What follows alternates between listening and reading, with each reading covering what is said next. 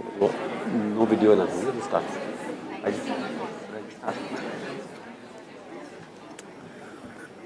Good morning, everyone.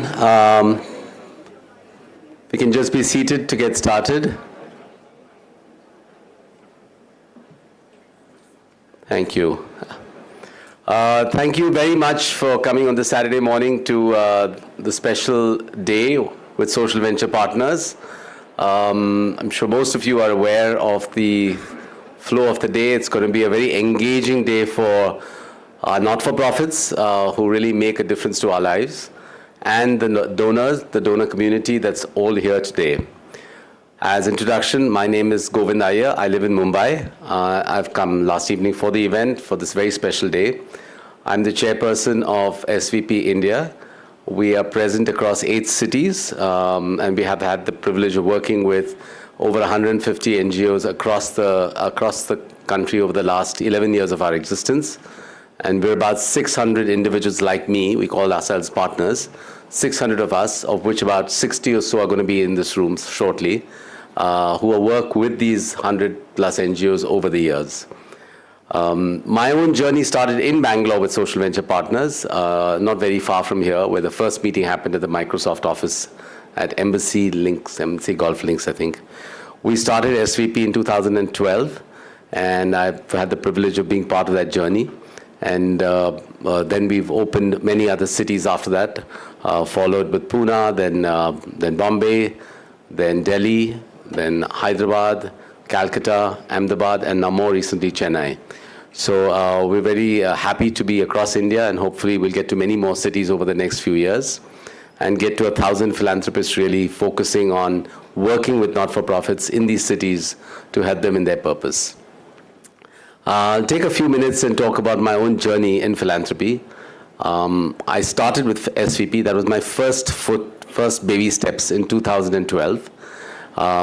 So for those of you who are new to SVP, or those of you who are in the first year, I was there 10 years ago. And along the way, I've had the benefit of working with many not-for-profits and helping them on strategy, on fundraising, on technology, on communications, on opening my network, bringing in my friends to help them. We're a volunteer movement, so it's very important that each one of us extends ourselves to really doing a lot for the community. And then I joined the Give India board. I also then took on a large project with in the Prime Minister's office on providing capacity building for the sector. I'm also focused on a variety of different other not-for-profits that build capacity.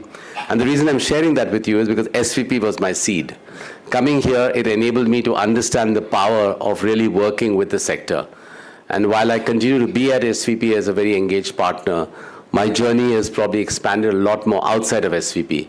And every one of us in this room as partners or donors have the opportunity to do that with the many, many not-for-profits in this room and outside this room.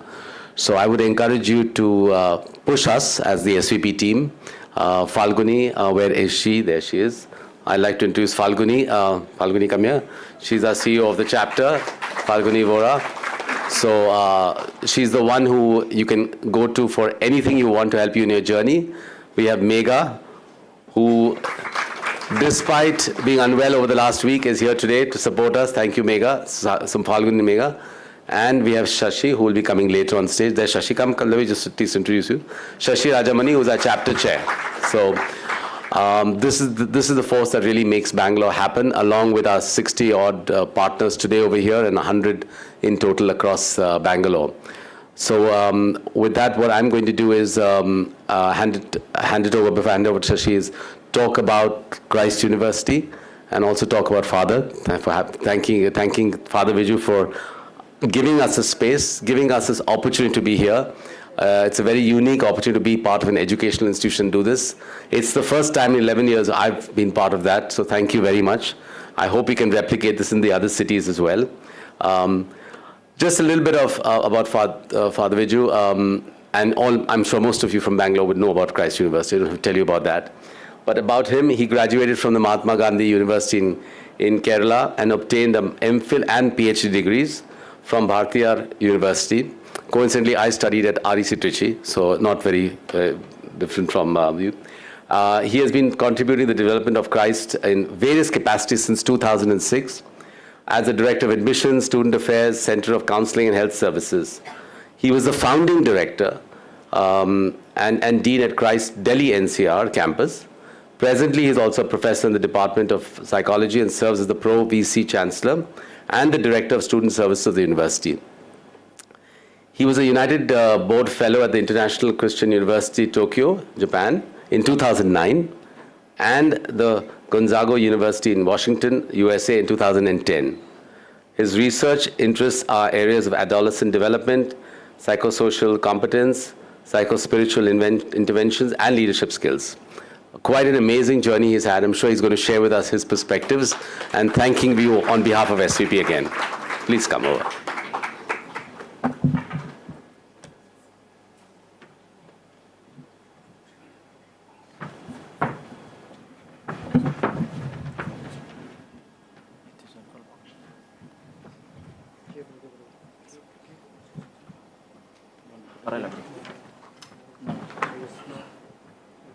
No, that's fine, that's fine.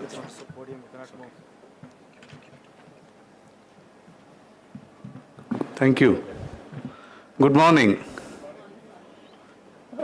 Dear Mr. Govind, All India Chair SVP Foundation, and all other colleagues and members from SVP Foundation, Mr. Anshu Gupta, Mr. Noshir, Mr. Sriram from the Nudge Foundation, Mr. Bobimon George from Satwa, Mr. Bhupati from Swasti, all NGO and other corporate partners, Dr. Supernakar, Head of Department of Sociology and Social Work here at Christ University, Dr. Victor Paul, Director, Center for Social Action at Christ University, Dr. Reena Cherian, Coordinator, faculty members, my dear Christized, and other delegates. A very good morning once again and cordial welcome to Christ University. And we are, in fact, very happy and privileged to host this conclave here at our university. Mr. Govind was saying for the first time in 11 years he is going to an educational institution to have such program or conclave. Well, my dear friends, I am very much happy and privileged to have you all here because I feel, I have a prepared text, I'm just, I thought, why I said I'm very happy because I believe we all aspire to work or try to empower people. And Christ University, I tell you, unlike many other universities, we have a very strong focus on social contribution, social consciousness, social sensitivity that is being developed in our students. Every program, academic program of Christ University, our students do service learning, and we make sure that we reflect on the social context of our country and the world, and we try to intervene and inculcate this sense, social sensitivity and consciousness among our students. Christ University is founded on higher vision of empowerment through education and social contribution. Our founder, Saint Kuriakos Elias Chavra, a Catholic saint of the Indian Church, he was a social reformer and he believed it is through education that you can empower India. And in 1846, those times of difficulties, if you look at the southernmost Kerala state, was divided in terms of caste, creed, and then in that context, he first started a Sanskrit school, understanding that this is the language that perhaps could unite people at that point of time, where this was only reserved for perhaps a very creamy layer or upper, group community. So that was his vision, and we imbibe that vision and continue his legacy, and we are all going to celebrate 200th year of our foundation. We started in 1831. So our founder dreamt of an education that empowered, uplifted, and built bridge between knowledge and action. You know what he did? He said, every church should have a school. And he even said, if we do not start a school along with church, well, we are going to close down those churches. You see the impact that he was able to create in the Indian society. Today we speak about midday meal and so many other the strategies that we have to empower or get people onto our educational institutions. He started this in 1846. He thought those poor children could not afford to come to the classes, leaving their work at home or in the fields. If we bring them to the classes, they will not learn. So what he offered was give them food and education and empower them. That was his vision. We are building a better future. When I say we, you NGO partners and the corporate collaborators, we build a better future, a better world hand in hand with all government agencies, NGOs and corporates. Together, we are making progress on our ambitious goal for holistic development and of a thriving society. Our Christ University's vision, excellence and service, and one of the 5 core values, that is social responsibility, are not mere words for us or empty phrases for us, but values that guide us and are taught through our classrooms, our labs, our community engagement and collaborations. Our students, in turn, in government and non-government and corporate supported initiatives, bringing hope and healing to the underserved and those on the peripheries. Our classrooms are incubators for social entrepreneurship, where future leaders mature ideas to transform lives, and this we consider as our responsibility and not mere generosity. The efforts of the departments of sociology and social work through capacity building research, joint research projects and student engagement such as internships and volunteering through collaboration with NGOs and our own NGO on campus, that is Center for Social Action, will help develop sustainable solutions for communities. Together, we can tackle the complex challenges of our times. We understand that each partnership is a tapestry woven with diverse threads. The scholarly research of our faculty, the unyielding dedication of NGO workers, the innovation of industry leaders, and the boundless enthusiasm for volunteering in our students. We look forward to your invaluable expertise, your deep understanding of communities, and your unwavering commitment to tackle critical challenges we face today. We offer the research firepower, the student volunteer force, and the platform to amplify your efforts. Knowledge is powerful, but it's most powerful when we use it to create a better future. Let's bridge the gap between what we know and what we do. Let's together build our tomorrow, a better future for the marginalized, the underprivileged, the voiceless, and those on the peripheries. Together, let us build a better future, a better world. I wish all the best for the conclave and all God's blessings. Thank you. God bless.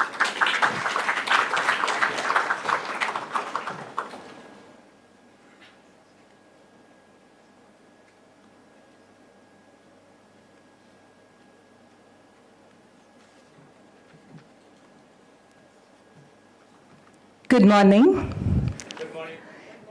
And a very warm welcome to each and every one of you that have gathered here with a very common purpose of making this world around us a better place. I'm filled with gratitude to say that there are many people in this room who are solving complex issues, and I've had the good opportunity to interact and work with them, solving for larger causes. It doesn't come easy, and SVP made it happen for me. I'm very grateful for that. We believe as a team here and hope that today will be a day where you will forge more meaningful connections than you walked in here with. We have around 275 registrations, equally distributed among SVP partners, NGO partners and leaders, and our ecosystem enablers.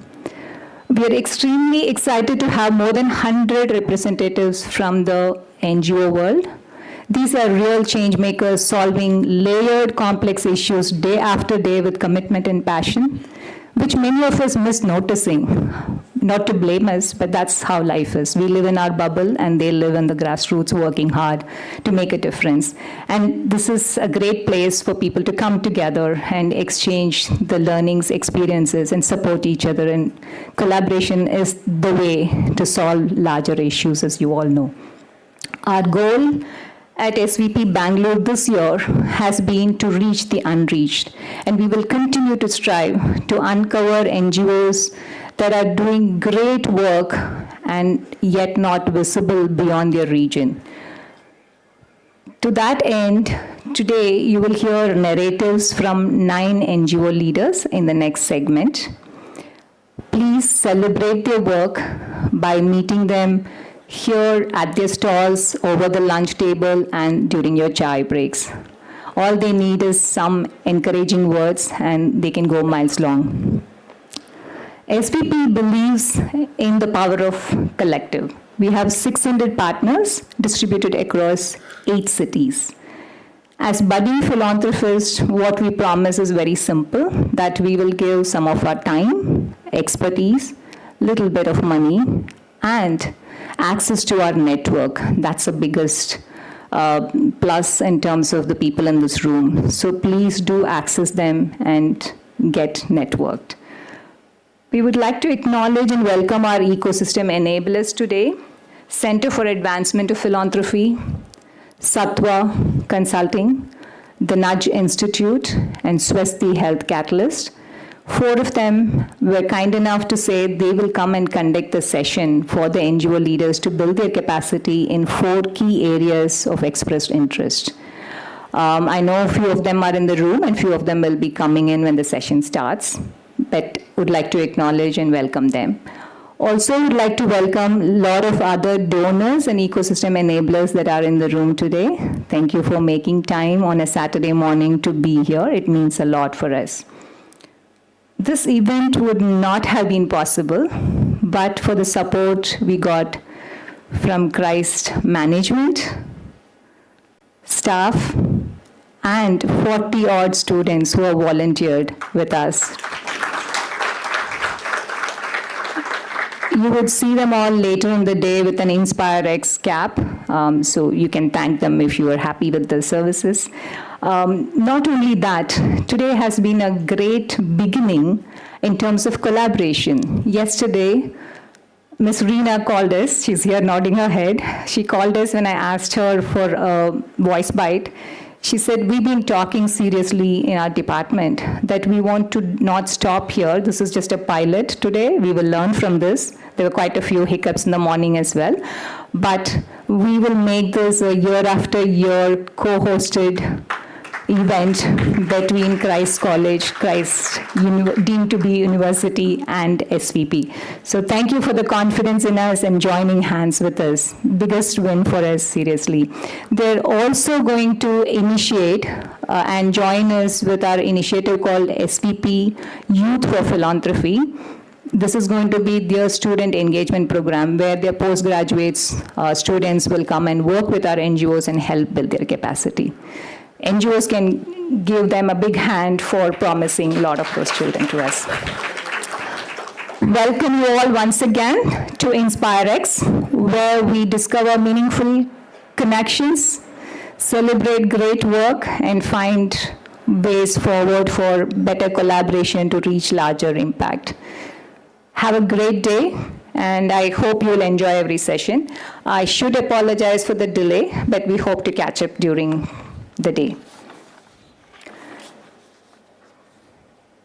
Now, how many of you feel very blessed this morning for having been able to access the meal, the breakfast? I know there was a hiccup. Can you raise your hands? How many of you feel?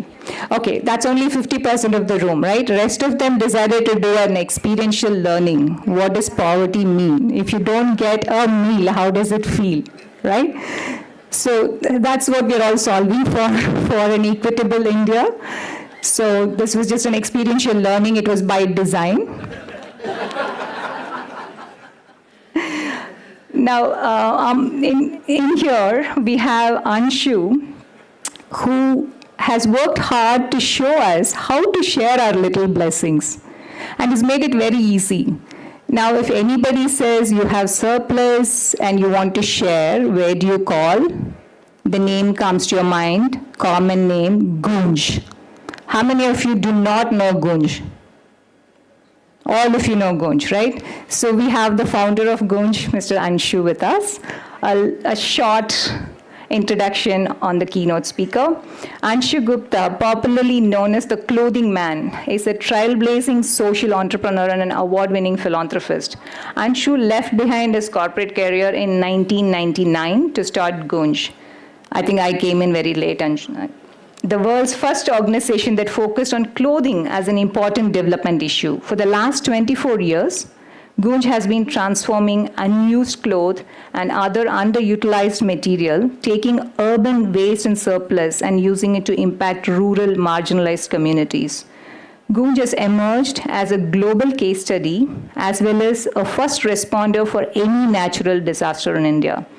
Gunj, under Anshu and his wife Meenakshi's nurturing, is now active in how many states? Any guesses? Okay, now this is general knowledge, right? We need to know how many states we have in India first. Okay. They're present in all states, yes.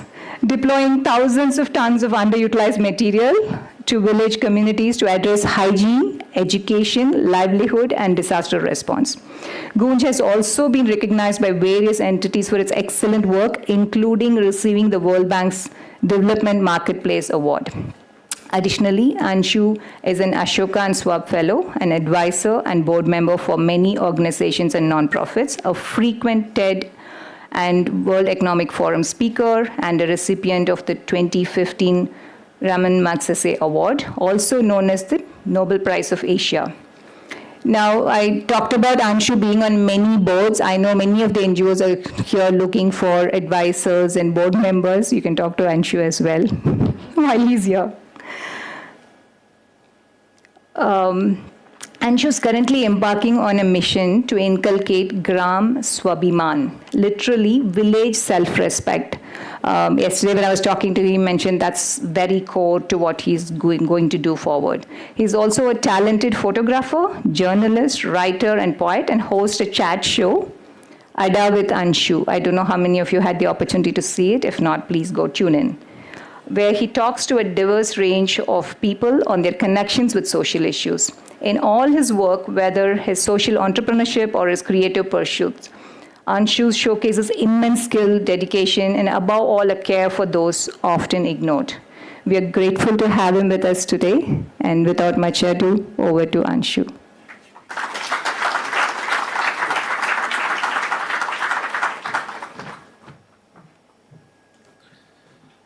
Thank you very much for inviting me here. And, my few minutes will be a bit challenging also, because that's what I'm doing. I'm challenging myself now, because it's a journey of now 25 years of Gunj. 18th Feb, next month will be 25 years as an organization. Thank you. So to start with myself, I come from and that's very important, fine, in today's conversation. I come from a very beautiful middle-class family of India. And these days when we say middle class, we are very confused, because like in Delhi, we have one middle class for East Delhi, the other middle class for South Delhi. So it's always confusing. But in those days, my personal parameter used to be that any family which is able to make their own house, a two-room set maybe, at the fag end of the retirement or after the retirement, is the middle class. All of us have different parameters. So this is what happened with us. And my father was a very upfront government servant. And the proof of that is that by the time I did my 10+2, I had changed 7 schools. That's the proof. You know what I'm trying to say here. And I remember a particular school in a place called Chakrauta, which is, say, about 100 kilometers from Dehradun, the very, deep mountain. a boy used to come to us in the morning to give us milk, because in those days you used to supply in those drums and all.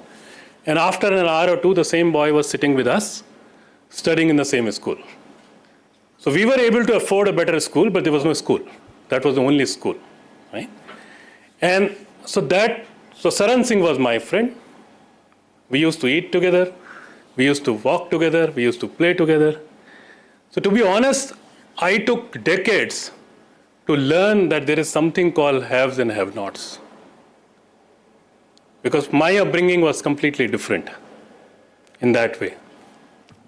Why I say challenging? Because especially with this COVID phase, I'm really trying to understand that are we doing the right things in the right way? Our intentions are pure. We all are sitting here doing something good. But have we really learned something from COVID? Do we understand that everything which was big failed? All the biggest possible airports were closed. The big highways were closed. The small worked. The municipality worker worked. The voluntary sector, smallest possible institution, worked. The small PHC, public health center, which is completely ignored, worked. Every small thing worked. Every big thing failed, or rather most of the big things failed. But are we learning from that? That's my question. So I'll start with a small picture, okay? Because there is no time for Q&A, although I have been given half an hour, and the mic is with me, so I can do anything, but I'll not do that. Can we have the first picture, please? Only one, if you can do. No? It's coming together?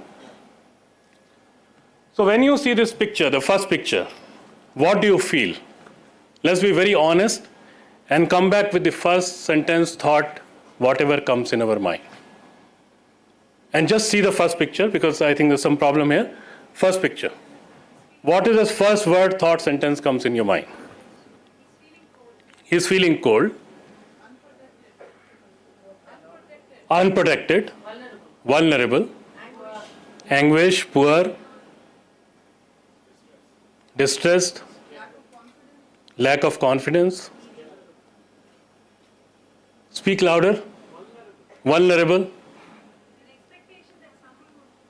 He's expecting that someone would help. Scared. Bonded labor. Neglected. Bechara. Shivering. Confusion. Waiting for something. What about the second picture?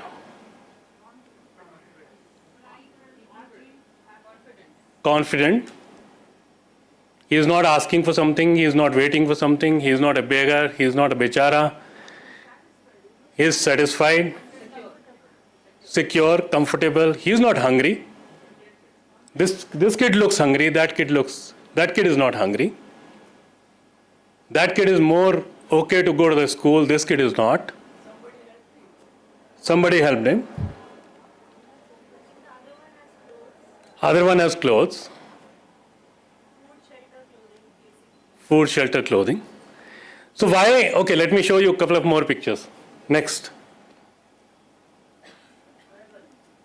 The first one, if he is having some golgappa, pani puri somewhere, you lose faith on that golgappe wala. You'll not actually go and have golgappas there. And the second one is the powerful youth of this country. The third role. How many of us will actually call this person in our meeting? And if this person comes in our meeting, how many of us will listen to him?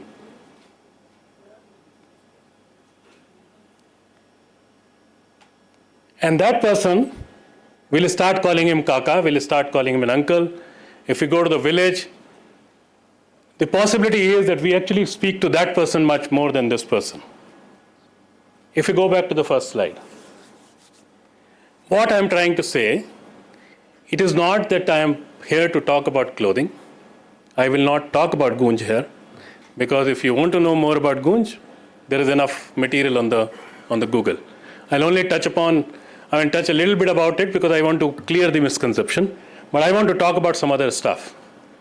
What I am trying to say that within a minute, the only thing we did, we provided a t-shirt and a trouser. And we feel that the kid is not hungry, the kid is not bechara, the kid is not asking for something. The kid is going to the school, the kid has parents, whatever, all the positives. The point I'm trying to make here is not the story of clothing or anything else, it is the story of our lenses. A t-shirt changes the entire narrative about someone. It's not about that kid is absolutely same. That elderly person is absolutely same.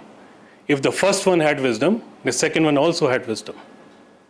If the first one knows about farming, the second one also knows about the farming. It is our thought process that the farmers who have come out with 8,000, 10,000 different variety of rice in this country are still called unskilled. And people like me and you who go on Google, learn about agriculture, talk here, we get a standing ovation. But for us, farming is an unskilled profession. That person has the same skill. So my question, my conversation today is all about our lenses, our language. What lenses are we using? I'm still thinking that what is this common word of donor and beneficiary? How does it operate? I have done this exercise 100 times. We can do it today also. We ask someone from the crowd to come here. If you want, you can try. Otherwise, I can tell you the result up front. Yeah? Shall I do it? Yeah. Oh, someone please come. Just come. Govind says we should do this exercise. If someone can come. Yeah, please come. We might repeat it with 2-3 people.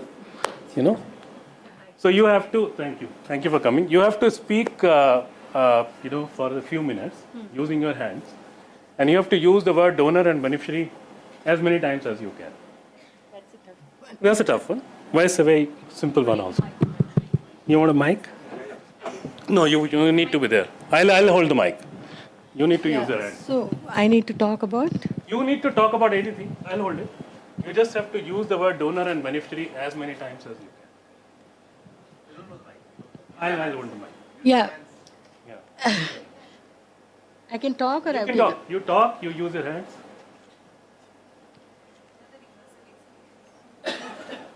I'm totally speechless at this point, actually. Well, I can just talk about what I'm doing. So I work for the disability sector. So Can you say something about anything where you use the word donor and beneficiary as many times as you can, even when you're talking about your work? So the beneficiaries, we have quite a few beneficiaries, and for the past so many years I've been working, so I would have, the beneficiary would have been in great numbers. And donors, because we have been going low-key, so we keep looking forward to donors, but we are not able to really reach out to people for donors. So how do you get to know more donors so that they know about our beneficiaries? Anyone else want to try? Thank you.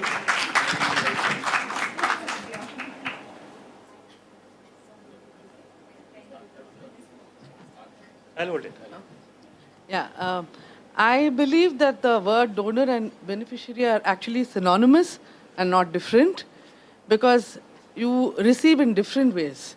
It doesn't mean that if you're exchanging one resource, that you're not receiving the other resource. So therefore, in my book, the word actually means the same. Lovely.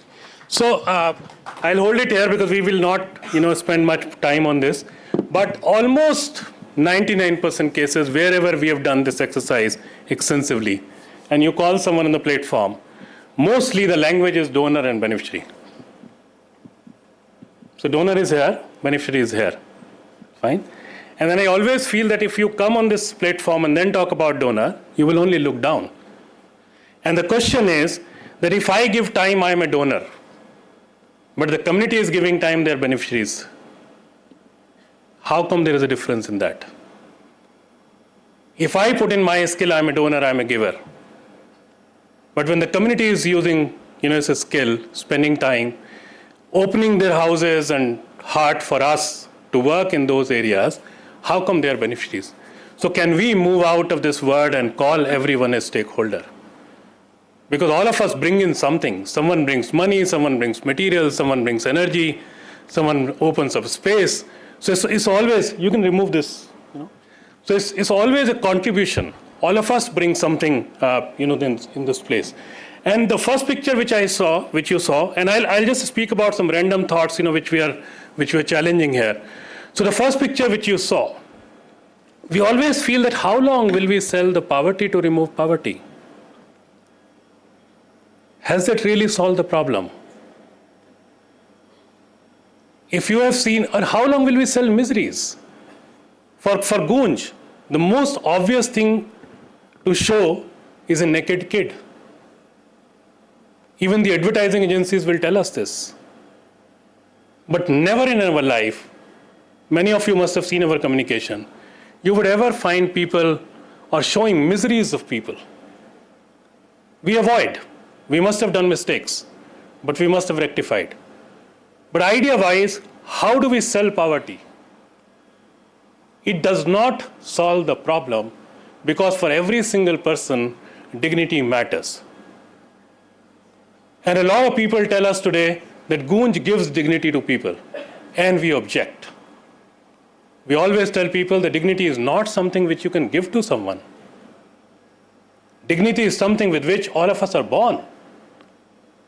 Whatever caste, whatever community, color, geography, religion, economic status, all of us are born with dignity, with self-respect. It's a part of our soul. The only thing the society can do is either snatch the dignity or respect the dignity. No one can give dignity to people. When you get up from your dining table and say, ye rakh do, XYZ kha legi, keep this food, XYZ will eat it, you challenge the dignity of the person who is cooking for you. When you click a picture as a beneficiary of the receiver of a sanitary pad somewhere, a lady, you challenge the dignity of that lady, because this is the same sanitary pad which, if I go to the market and buy the ultra thin for 180, 200 bucks, I'll actually ask for a polythene, black polythene or a newspaper. So for me, there is shame, there is silence. For me, there is something, I don't know why, why that taboo is there. But the moment I see someone in community, I challenge the dignity of that person. So I'm just questioning this very fundamental way of working for all of us who are the most beautiful soul, who spends our working days here or our weekends here to do something for the world, to do something for the country. For us, what we did, a lot of people think that we are in the business of collecting and distributing clothes. I do want to tell you that no, we don't do that at all. We work on the clothing because we found that there are three basic needs of humankind. Roti, kapda, makan. Kapda is completely ignored. Clothing you only remember when a disaster happens, or clothing you remember when we want to do a charity. So if we don't need it, we want to give it to people. So we wanted to challenge the very basic fundamental thought around this. Number one, we said that it is not a donation. We should never say that we want to donate our cloth, utensil, footwear. We are giving it because we don't need it. Let's not call it discard, but it is a discard, And a very important part is that let's be respectful to the person who is receiving it. Because that person is the recipient, that person is the keeper of our emotions, that person is a keeper of hard-earned money which we have spent on that, that person is a keeper of our thoughts, our memories, the time which we have spent on using this material. That's one part of it. Second, we said that it needs to be segregated, sorted in a very beautiful way, because the biggest problem with the donation is that often we give what we have, we do not give what people need. So there's always a gap. I mean, you're sitting in this place called, Bangalore. And you see these 4 or 5 states touching borders with each other. Every state is eating rice in southern part of the country. Every state is eating different variety of rice. All these states are eating sambar. Ingredients are largely same. The taste is different. That's the beauty of this country. That's the beauty of this world. And that's why it's very important for all of us to localize everything. No one solution can solve the problem. Right? So we said that we will segregate in a very decent way: cloth, utensil, footwear, construction material, door, windows, wash basin, anything and everything which can be reused, which still has life. Because if the living person dies, we mourn. But when this kurta dies, it still has life. It's dead for me. I don't need it. But it still has life. If it changes hands, it can be used by someone. So let's start celebrating the life of the non-living thing also, and make sure that they have optimum utilization. So that's how we match the need of people. The third and the most important part, it goes to the people across the country, in the villages, in different family kit. Many of you have seen the processing center, not as charity. Because we think sustained charity kills dignity of people. Instant charity is a different issue. But sustained charity kills dignity of people. So can people become a stakeholder instead of mere beneficiaries? So in our model, it's called Cloth for Work, symbolic name. People pick up their own issues.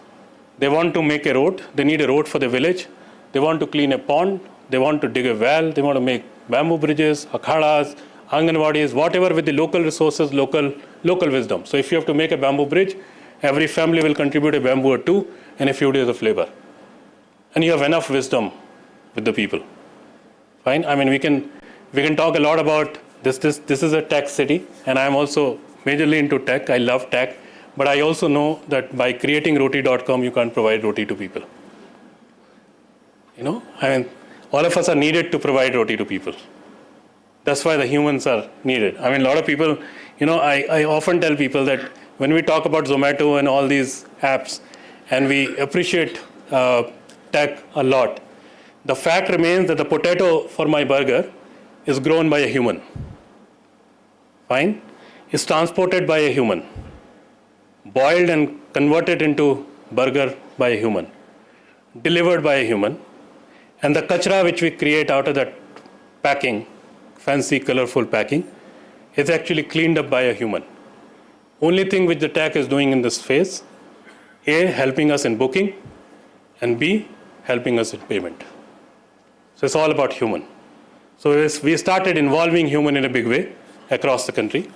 So people pick up their issues, they work on it, they make roads, they clean, as I said, ponds, they make bamboo bridges. After a few days of work, they receive this material contributed by all of you. So it's a powerful economic development model. It is the genesis of a new economy with many new currencies. On one side, it is the urban underutilized material, and on the other side, it is the wisdom and hard work and labor of the people. So it's a barter between those things. It's also important that it is giving the power to make a decision in the hands of people for whom we are working. They decide what is needed. And I think that is a shift all of us need to bring in this sector. That we need to find out what exactly is the need through the ears and mouth of the people, through that sensing. We have no right to impose our agendas, our way of working. And many of the organizations who have done this, who have made people a stakeholder, are much, much more successful, doing much deeper work. How many of you understand Hindi? So I will end this with a Hindi poetry. I'm sorry, no English translation here, but I'll make sure through Falguni and other that the English translation reaches you. And this is just to celebrate all of us here. The people who are doing such complicated work. And when I talk about the development sector work, I call it very fulfilling but I also call it very complicated. Why do I say that? Every other business, largely, look for a happy customer. Look for a person who is happy and who can actually invest and buy your service or your product. This sector is one of the very rare sector and a very big sector which looks for people in grief and is complicated. It's not easy to work with the people in grief. It's easy to talk about providing relief in a disaster, but it's very tough to be there and understand and see those dead bodies and destruction and demolition and all kind of deeds. And COVID was one of the biggest proof. I didn't understand mental health much before this, but COVID taught me a lot, because this was the first time in our life that we were working for the people in grief, and we were also in grief. And I know that many of us, rather the entire hall will relate to it, because almost everyone was active in our own capacities there. If the hunger deaths didn't happen in this country, the whole credit goes to the common citizen of the country and the development sector and the related people of this country. So there's a lot to celebrate, whether the world celebrates it or not, but we are here to celebrate. So just on this spirit of us, the people, this is something I'd written long back, and I'll make sure to send the translation. It says, अगर नींद से प्यारा है सपना, अगर नींद से प्यारा है सपना और जिद के साथ ले सकते हो जोखिम, तो ये जगह तुम्हारी है. अगर शुरू कर सकते हो अकेले और बढ़ने के लिए नहीं ढूंढोगे सहारा, तो ये जगह तुम्हारी है. अगर भरोसा है खुद पर और अविश्वास नहीं है जग पर, तो ये जगह तुम्हारी है. अगर चल सकते हो अनथक और छांव का इंतज़ार नहीं है, तो ये जगह तुम्हारी है. अगर भूख लगे और याद आए भूखा और प्यास पर तालाब एक सूखा, तो ये जगह तुम्हारी है. अगर आँख नहीं है पर दृष्टि है, तन का एक भाग नहीं है पर मस्ती है, तो ये जगह तुम्हारी है. अगर नहीं चाहते आग लगाना, अगर नहीं चाहते आग लगाना और चिंगारी है एक मकसद, तो ये जगह तुम्हारी है. अगर नींद से प्यारा है सपना और जिद के साथ ले सकते हैं जोखिम, तो ये जगह हमारी है. बहुत बहुत शुक्रिया. Thank you very much.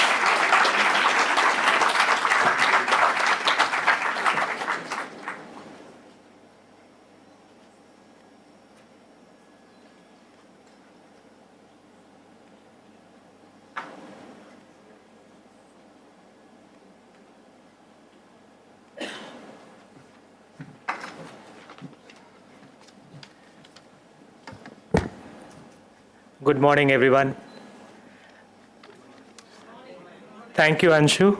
I am honestly a little bit numbed listening to your thought-provoking questions. So allow me to allow me to take a few deep breaths.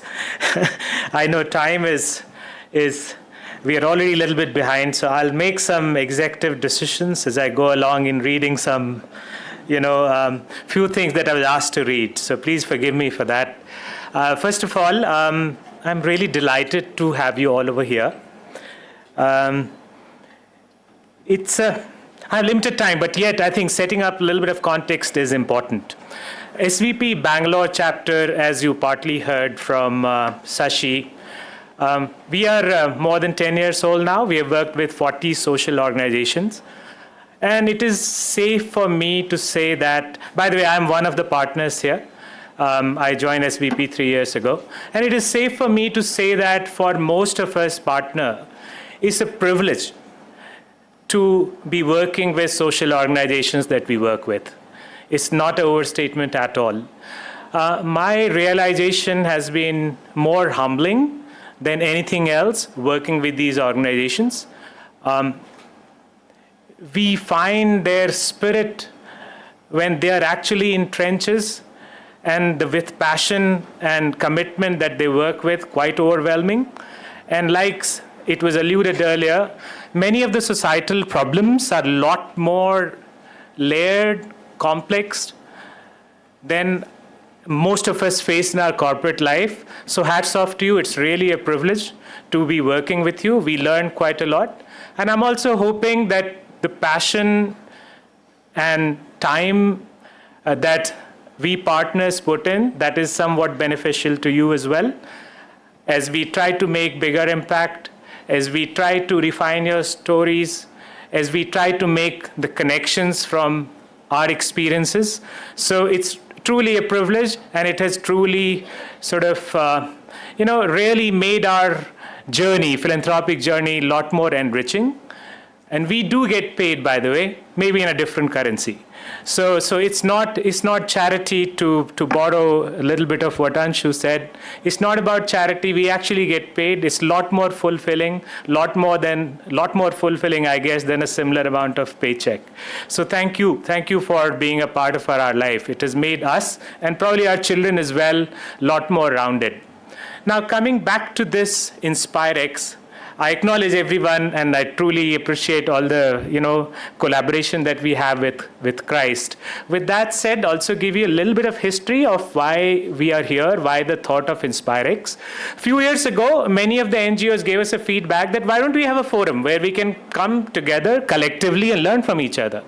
So that's how the idea of Kuta, and Kuta in Kannada roughly means gathering. The idea came together. We had few virtual sessions, and then we decided to, in order to take it to the next level, why don't you have a bigger sort of umbrella where a lot of stakeholders come together. By stakeholders, again, to borrow Anshu, your word, people, partners, the CSR leaders, the social organizations.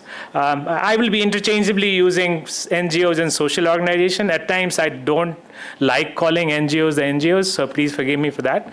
Social organizations and the experts who work in this area, and they will be hearing from them later in the day today, to bring them together, connect, and bring some more energy and try to take it to the next level. So that is the idea of Inspirex. Now coming back to this journey, I'll keep this part very short because lot is already said. I'm personally very, very optimistic about India's growth story. I came back from US 3 years ago after spending about 20 years away from India. India excites me. I feel at home. That's how I feel about India. But I'm equally convinced that this growth story that we are talking about has to be a lot more inclusive, has to be a lot more equitable. And over here, I see people with that mindset. That excites me. So with that said, I would not take a lot of your time. We have, just to set some housekeeping, we have 9 NGOs to present. We have divided that into 2 sections. So I will not be rushing you until you hit 5 minutes, but after that I will. So 5 minutes each to 9 NGOs, and let me also read out the order to avoid any confusion. In between, Dr. Kaur, who is head of the Department of Sociology and Social Work here, she'll be speaking a little bit. So that's how we'll go. This is in no specific order. I just looked at the profile of the NGOs and tried to mix it. So it's the first organization will be Equiving Foundation, followed by Vedan. Third will be Involve. Fourth will be Vihan. Fifth will be Diagar. Then we'll have a little break. As in to hear from Christ University, Ma'am Kaur. Then we will go to Mass. MASS. I'll tell you the full form of that in a little bit. Nav Sahyog, Sampark, and finally Buzz Women. So that's the order. Sorry if I blurted out too fast, but that's how we'll go. So without further ado, please allow me to welcome EquiBeing Foundation. Let me tell you just a line about them. If you are in this sector, often you wonder, what does it take to build a truly, equitable world for people even with disability? I think EquiBeing, we have heard them a few times, they're doing a fantastic job in sort of uncovering some of those questions. So without further ado, may I please welcome EquiBeing on the stage.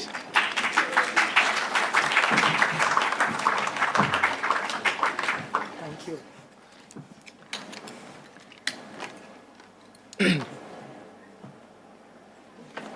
Very good morning. I speak from here only? Yes. Yeah. Okay. So very good morning. I'm Dr. Anantalakshmi for EquiBeing Foundation. And I would like to start this morning with a question. God forbid, but what? Yeah, that would be useful. Thank you.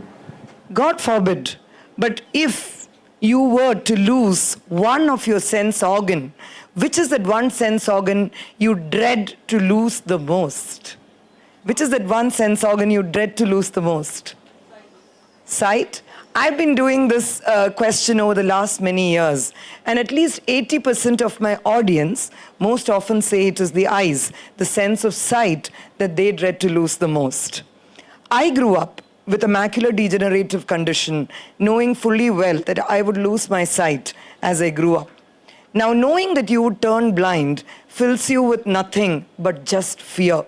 The fear of facing the world, facing your society without sight. But as I transitioned through my 22 plus years in the corporate world, and as I went back to do my PhD research with blind achievers, I recognized the sense of purpose, the sense of responsibility to actually enable children and youth growing up with the same disability of various disabilities, but the disability of losing sight, how I would need to come back to create this organization that we call as EquiBeing a Foundation to maximize the potential of people, of persons with disabilities. Let me first tell you how big is the problem, right? What is this problem that we are speaking about? 25% of the world's blind population lives in India, and more than that lives in Southeast Asia. The last census tells us that there are 22 lakh children with blindness. And what is most stunning is that 50% of them, 50% of our children with blindness do not get a formal education. And I love this number 9 out of 10, because on one side, when 9 out of 10 able-bodied Indians have an employment and we take pride in our growth, 9 out of 10 blind individuals in this country are unemployed. That is on the quantitative side, but let's also look at some of the qualitative side. I loved what the speaker earlier said, sustained charity takes away dignity. And that's so right, that charity and sympathy as a model in this country has taken away the dignity and opportunities for many communities, but definitely the community that I'm speaking about, people with disabilities. If I take my own case with a 90% plus in science in my +2, I was denied chemistry. My friend and colleague Afzal, who was a sports enthusiast when he turned blind at the age of 13, was excluded from sports. So we have so many such case studies real in amidst us where people have been denied opportunities. And that just encapsulates in a very short way what the problem is. So then when we started talking about the solution, we looked at the solution for such a huge problem, obviously is large. We had to look at the entire life stage of an individual. But then as Father spoke in the beginning, of how Christ was formed 200 years ago, that empowering with education. Because if we have to bring empowerment to a community, what the Reverend Founder of Christ said, that's absolutely the right vision, that we had to look at education as a key pillar for children and students with visual impairment. Alongside with education, we look at livelihood as well as health and well-being. All of this extraordinarily founded on research and social advocacy. Yes, and as we discussed, we obviously believe that it is extremely important to work with stakeholders at the ground level, as you can see on the left side picture there. While we work with the stakeholders at the ground level, it's equally important to create an ecosystem and work on the social policy, on research and social advocacy to create a sustained transformational change. Moving forward, let me just give a sneak peek of the work that we have done. We are a young NGO, about 18 months old in this space. But we are actually very proud to speak about some of the work that we've been able to do.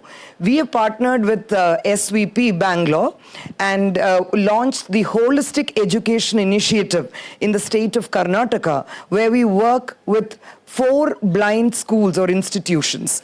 Our geographical span of work started with Karnataka and the state of Kerala. And we are also very proud that one of our initial flagship programs that we call as EquiFloat, Freedom in Water, and a mode of swimming as a mode of expressing oneself, has been adopted by the government of Kerala in order to bring swimming into the lives of children with disabilities. Another key program that we really take a lot of pride on is the action research that we do at Delhi Public School, Bangalore North, along with the Christ University, to understand the impact of sports, because children with disabilities are absolutely excluded from sporting activities during education. And how does that impact? Of course, along with all of this, social perception is key. So we do a lot of sensitization and awareness programs, both with the community as well as with the mainstream society, to bring in that sensitization and knowledge. Just moving forward, the next slide really shows about the lot of work, the kind of work that we have done. And as somebody said, it's absolutely fulfilling. I loved Anshu's that poetry that he read at last. So it's absolutely fulfilling to see how we work, but it is absolutely true that you're working with people, where it is not happy customers, but it is a very different kind of customers we work with. Moving forward, our beneficiary base has, of course, grown over the last 18 months, starting with a few hundreds. Today, we have touched about 25K directly and indirectly, which includes about 3K students with disabilities. Moving forward from there, so of course, our partnerships and a strong team has mattered the most in this very, very powerful and strong journey. And without these partners and without the strong team, this would not have happened. So as I just want to spend 30 seconds on the future, the next slide, which talks about where do I see Equi being 3 years, 5 years from now? Definitely, we see ourselves as a global player in international platforms, because it's extremely important that we globally exchange knowledge, we globally exchange practices and break boundaries of countries and geographies. And that's going to matter a lot to be the voice of persons with disabilities to create a very inclusive world. The second part is that we really want to touch at least 90% of students with disabilities, bringing them back into school and working with them at the school. Livelihood, because we are talking about a community that has not had any formal education, and therefore livelihood becomes a key. And in closing, I would like to tell a story. So last week, a couple who are my friends. The lady is a blind friend. The husband was a sighted gentleman, and they were taking a flight, an aircraft. So the air hostess walked up to them to offer coffee. She looked at the lady first and said, "Ma'am, can I offer you coffee?" And then she recognized, seeing her, that she was a totally blind person. And the immediate thing she said is, "I'm really sorry," and turned to the gentleman and asked him, saying, "Sir, what would the lady like to have?" My friend actually called out to her saying, "Excuse me, I would like to make my choice." So let each of us in this room start working towards seeing how do we create a social perception change to ensure that the right and dignity of persons with disabilities, persons with visual impairment are absolutely kept intact. And how do we create a world where the right to live with blindness but not with a disability? Thank you.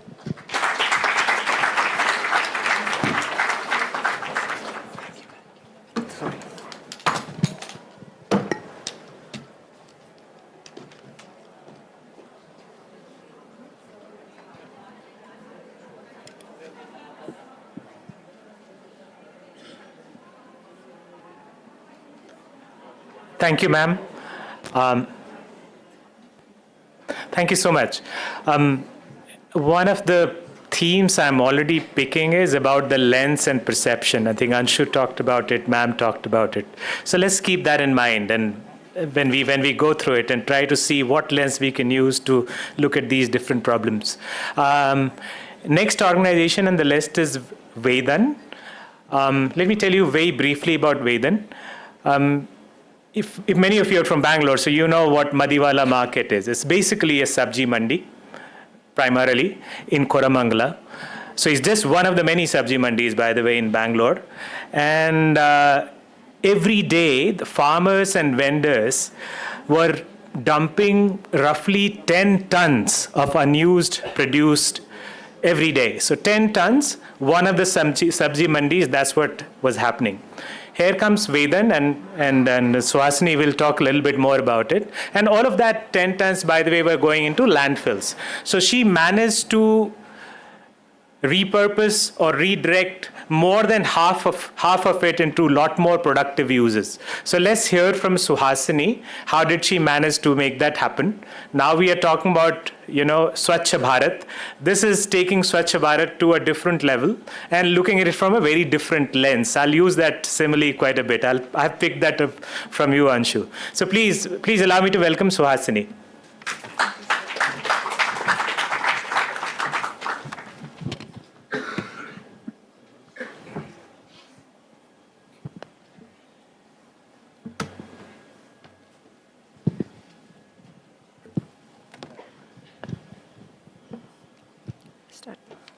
So Namaste, Suhasini from Vedan Trust. We are a group of passionate people working as problem solvers and facilitators. What we do is we solve the root cause of the problem, put up a system, give awareness, and make sure that it is working and sustaining without us. This is what we do. We have now majorly we are working in environment and in the solid waste management. And we have developed two replicable models. One is the Zero Waste Campus and the second is the Star model. Zero Waste Campus is for the institutional waste mismanagement. Please reflect on your institutions, how you are managing your waste, because it is very important. Either you would burn, bury, or send the mixed waste to the BBMP by paying the amount. So for the solution, this is Zero Waste Campus, meaning all single-use items are zero. Wet waste is sent to the piggeries or cows. Reject waste is sent to the empanel vendor, and dry waste is aggregated into 22 categories. Yes, you heard it right, it is 22 categories. And the key to this is drop the waste in the right bin. Get their waste.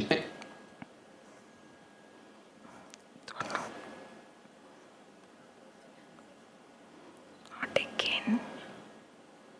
Get their waste, ensuring correct disposal. Our dedicated housekeeping staff plays a pivotal role by collecting and transporting the segregated waste to compartmental trolleys, which are then stationed at the designated aggregation centers. Meanwhile, dry waste is systematically categorized into 22 distinct types and subsequently dispatched to recycling facilities. So it started in the year 2019 with Cambridge Institute of Technology. This model has been adopted by TMC Mudbidre. Now by Elhanka, BBMP, they have adopted this model under the Swachh Belaku program, which is an SVP India initiative. So as of now, 3 colleges and 5 schools are Zero Waste Campus. To know more about the Swachh Belaku program, I request you to visit our stall. So this is the second problem statement, that is market looks the garbage is on the road, cows are feasting on the mixed waste, power karmikas are working in unhygienic conditions, and cattle owners, they don't get a good quality food, and food is wasted. So how do we solve this problem? The answer is D-star model, meaning garbage can be a star. When the waste is collected from the vendor, as a farmer gets its produce and can be given away to the cows, pigs and goshalas. The unsold vegetable and fruit is given away to the NGOs. See, the farmer arrives at 4 a.m. After 9 a.m., he leaves his produce and goes. So what we have done is we have put up a system by which we collect it, grade it, and send it to NGOs, cows, pigs, and composting. This is what we have done it. And the impact is 6,000 kg per day has been diverted from landfill. Now, 5 NGOs and 40 cattle owners are benefiting from the program, and PKs are working in a very systematic manner. And of course, the vendors are happily doing their business. The third problem statement is existing garbage collection vehicle has a problem because the workers cannot segregate at the source and the waste gets wet in the rain. In order to solve this problem, we have designed a unique vehicle. This is running in TMC Mudbidre municipality, wherein we have covered it, yet we have given a louvers for the ventilation, for wet waste goes into the crates and the dry waste into the compartmentalized stand. So the duplication of the efforts can be avoided.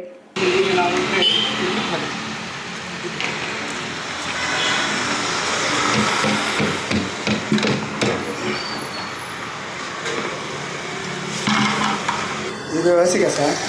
ಈಗ ಮನೆಯವ್ರದ್ದು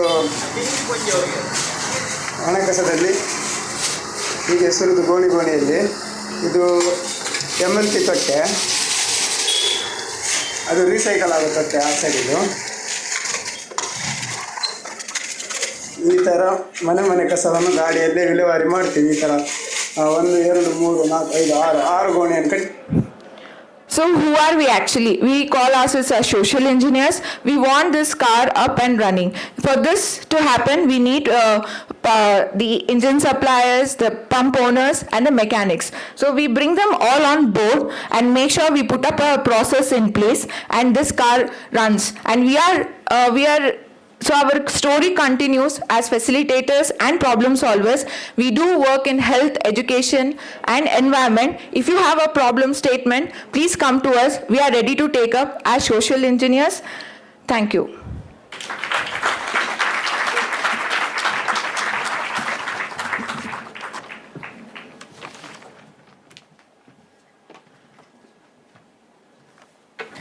Thank you very much.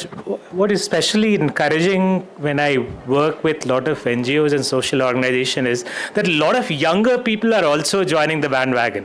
That is so very encouraging.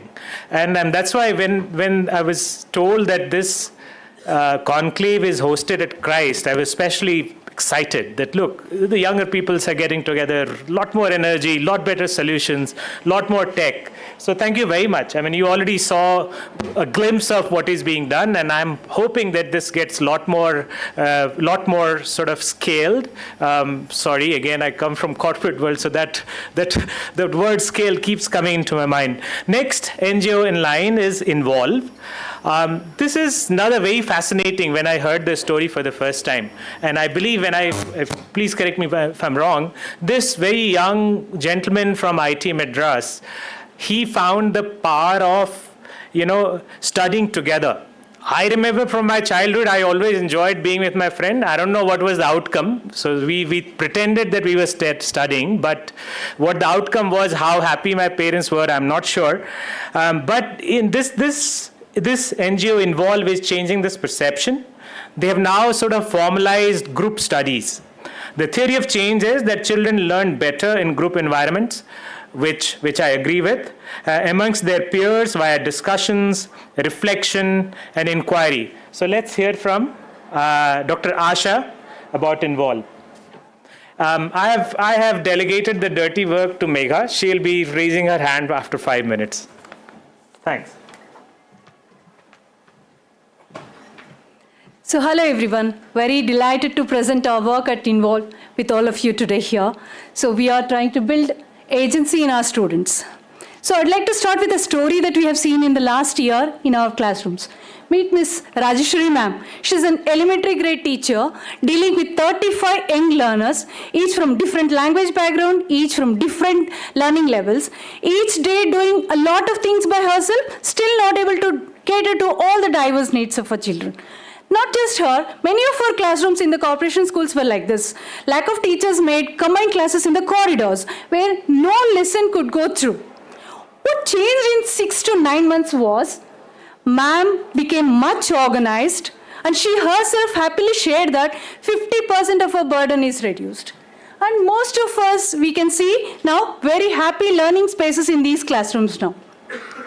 This transformation was possible by just having a reimagined look at the challenges that we have. We all know that we have the challenges in the learning gaps and all that.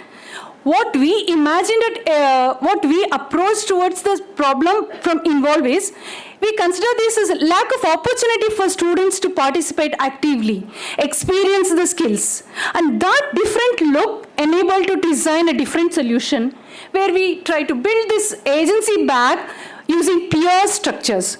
We create these peer learning spaces in the government schools with three main principles where students are co-creating the solution, students lead these spaces, and they participate actively out of choice. Again, objective was to see that academic gaps, future-ready gaps, and ownership is brought to the classrooms.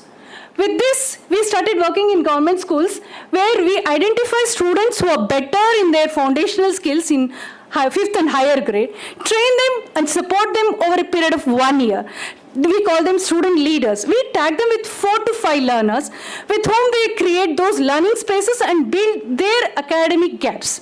In the process, they also build their own skill set. So we also conducted a research study last year, and the results reinforce that peer-based structures do have a statistically significant impact on the learning journey of our students in our classrooms. And this paper was presented in IIT Mumbai last year in Tech for Education conference. So with all this concept clarity, now we want to take it to a larger scale where we can reach larger numbers. So we have two main approaches where we take this model along with our NGO partners working at different geographies. And another important model for us to integrate this concept into the mainstream education by training and supporting the education system at district, block, and cluster level. And they in turn take the model to their classrooms and teachers. So with this model, we are now presently working in 6 states. In Karnataka, it is a main model where we develop structures working directly with students. In UP and Bihar, we are working with the district partnership. In Madhya Pradesh, Punjab and Chhattisgarh, we are now working with other organizations who partner with us. So far, the impact has been very consistent since the last 6 years over bridging the gaps, building the skills, and more importantly, the resilience, which can answer in the long run towards addressing the dropout rates in the schools. So over the last 1 year, because of the REACH programs, the growth of the organization has been towards reaching nearly 2 lakh students this year through different geographies. Next one. And now, what do we imagine in the next 3 years? At least we want to reach 5 million students from different geographies working with 3 states, 50 districts, and taking this concept towards a larger reach.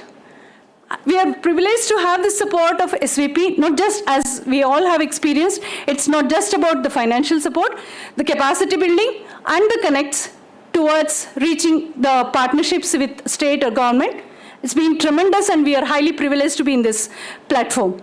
And I'd like to end with a very powerful story from one of our schools. Again, this is a school supported by SVP in Raisandra. So we give holiday projects to our students where they work on some of the problems they have in their own community. So these group of students took up problem on school dropouts. So these were able to take the problem, analyze with their group, understand the community, talk to parents, talk to children, and bring back those children to the school. This was not being possible by teachers, and they admitted it. This is what we imagine by agency, where students are our partners in solving the problem. I would invite all of you to join your hands in building this trust on student potential. They're not just our targets. They are the potential, and they can solve the problem for themselves. Taking from speaker who mentioned that dignity is so intrinsic. We also mean with agency that the voice and the choice are intrinsic choices for each individual, and we are working towards bringing that for our students. And as our Vice Chancellor said, education is a key to empower India. I would like to take it further and say empowering our students is the further step in empowering India by building those strong, educated voices which would answer many of our social problems. And would be really glad to share much about the journey and the programs. Please visit our stall. Thank you.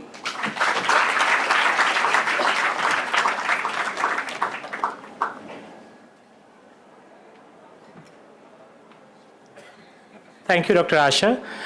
So another theme which I picked when I read about these organizations is developing agency while they were talking about education. So I think we are 3 done, so we have 6 more to go. So next one is Vihan. So in order to do a little wake-up exercise, how many of you know about Sundarbans in West Bengal? So most of you know, right? How many of you know that the district, 24th South Parganas, have this dark distinction of having one of the highest rates of sex trafficking in the country? Very few, right? So see that irony. What our next NGO, Vihan, has done is they are working in that particular district and rest of the country, because it's a very intricate challenge with number of layers and self-interest, vested interest group in the areas to target, to basically break the fundamental cycle of entrapment and exploitation.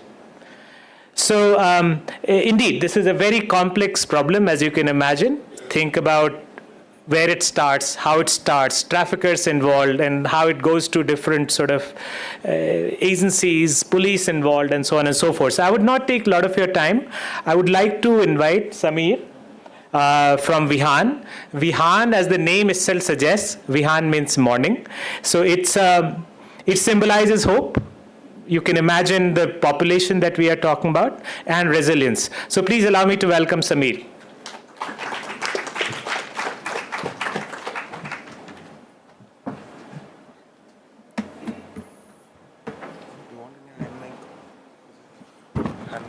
Yeah, if you can give me the hand mic, please.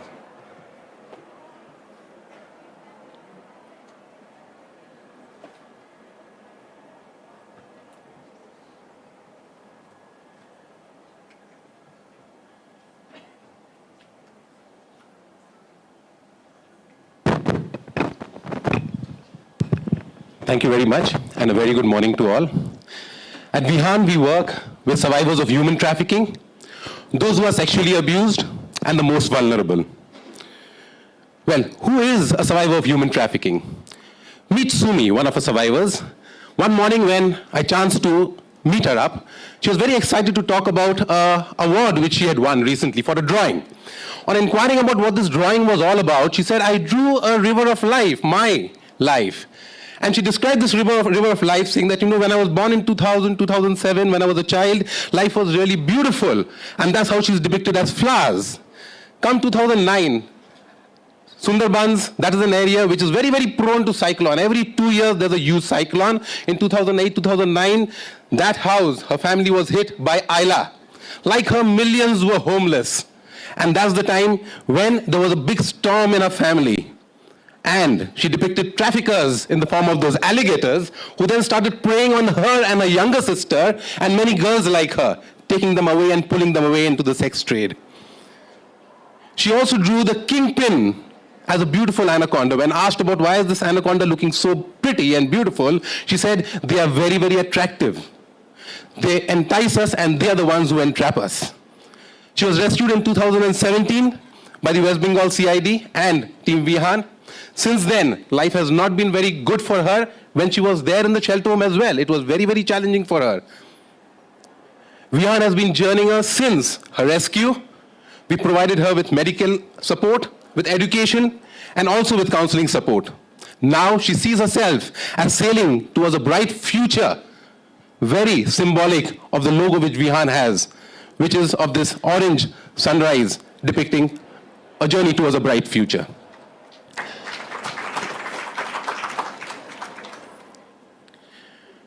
What makes Sumi being trafficked, girls like her being trafficked? Well, it is because of poverty, girls who have dropped out from school, a very low awareness in terms of how this whole network is so well organized in pulling people out from the communities. And yes, this is a very, very profitable business for traffickers, where one Sumi yields them a net profit of close to 1.5 lakh rupees per month.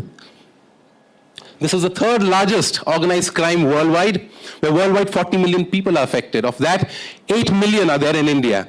And if we do the stats in absolute numbers, there are around about 25 lakh girls like Sumis who are in such situations who need help.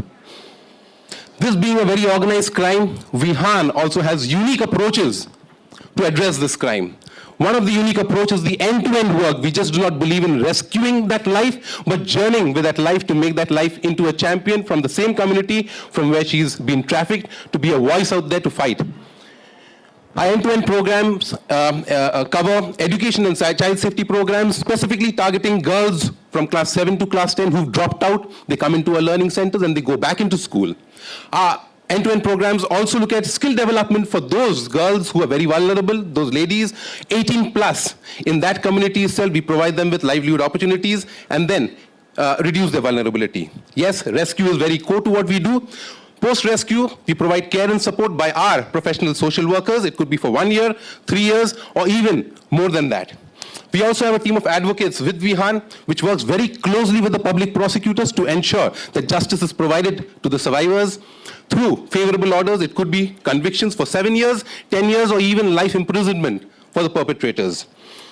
Over the decade of having worked in this space, we also train and build capacity to stakeholders who are working in this space. It could be for police personnel, judges, or even government and non-government organizations.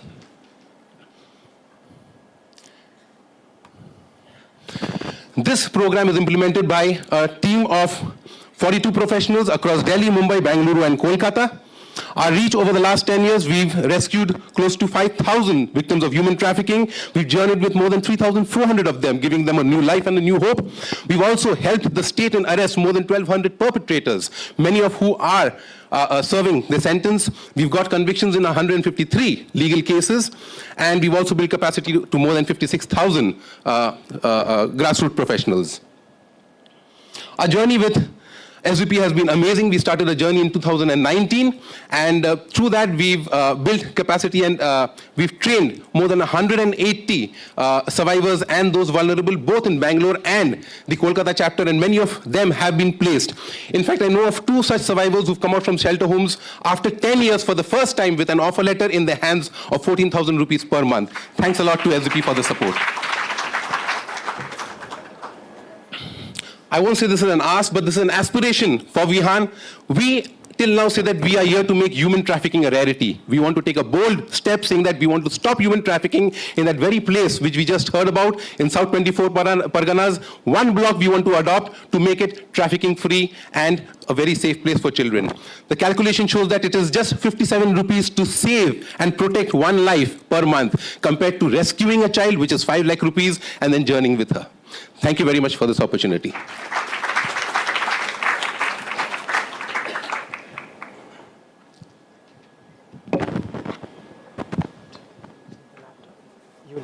Okay. Thank you, Sameer. I hope you saw the glimpse of how complex and hard the problem is. And think how hard is it to work with that population, what emotions that you would be going through. That's in one hand. On the other hand, you saw the energy and passion of Sameer. That's how he's able to do what he's able to do. So thank you, Sameer. Next organization on the list is Diya Ghar. If you lived in any part of Bangalore, or for that matter, any metro, you cannot escape the sight of a construction site. Who are the workers there? Migrant laborers.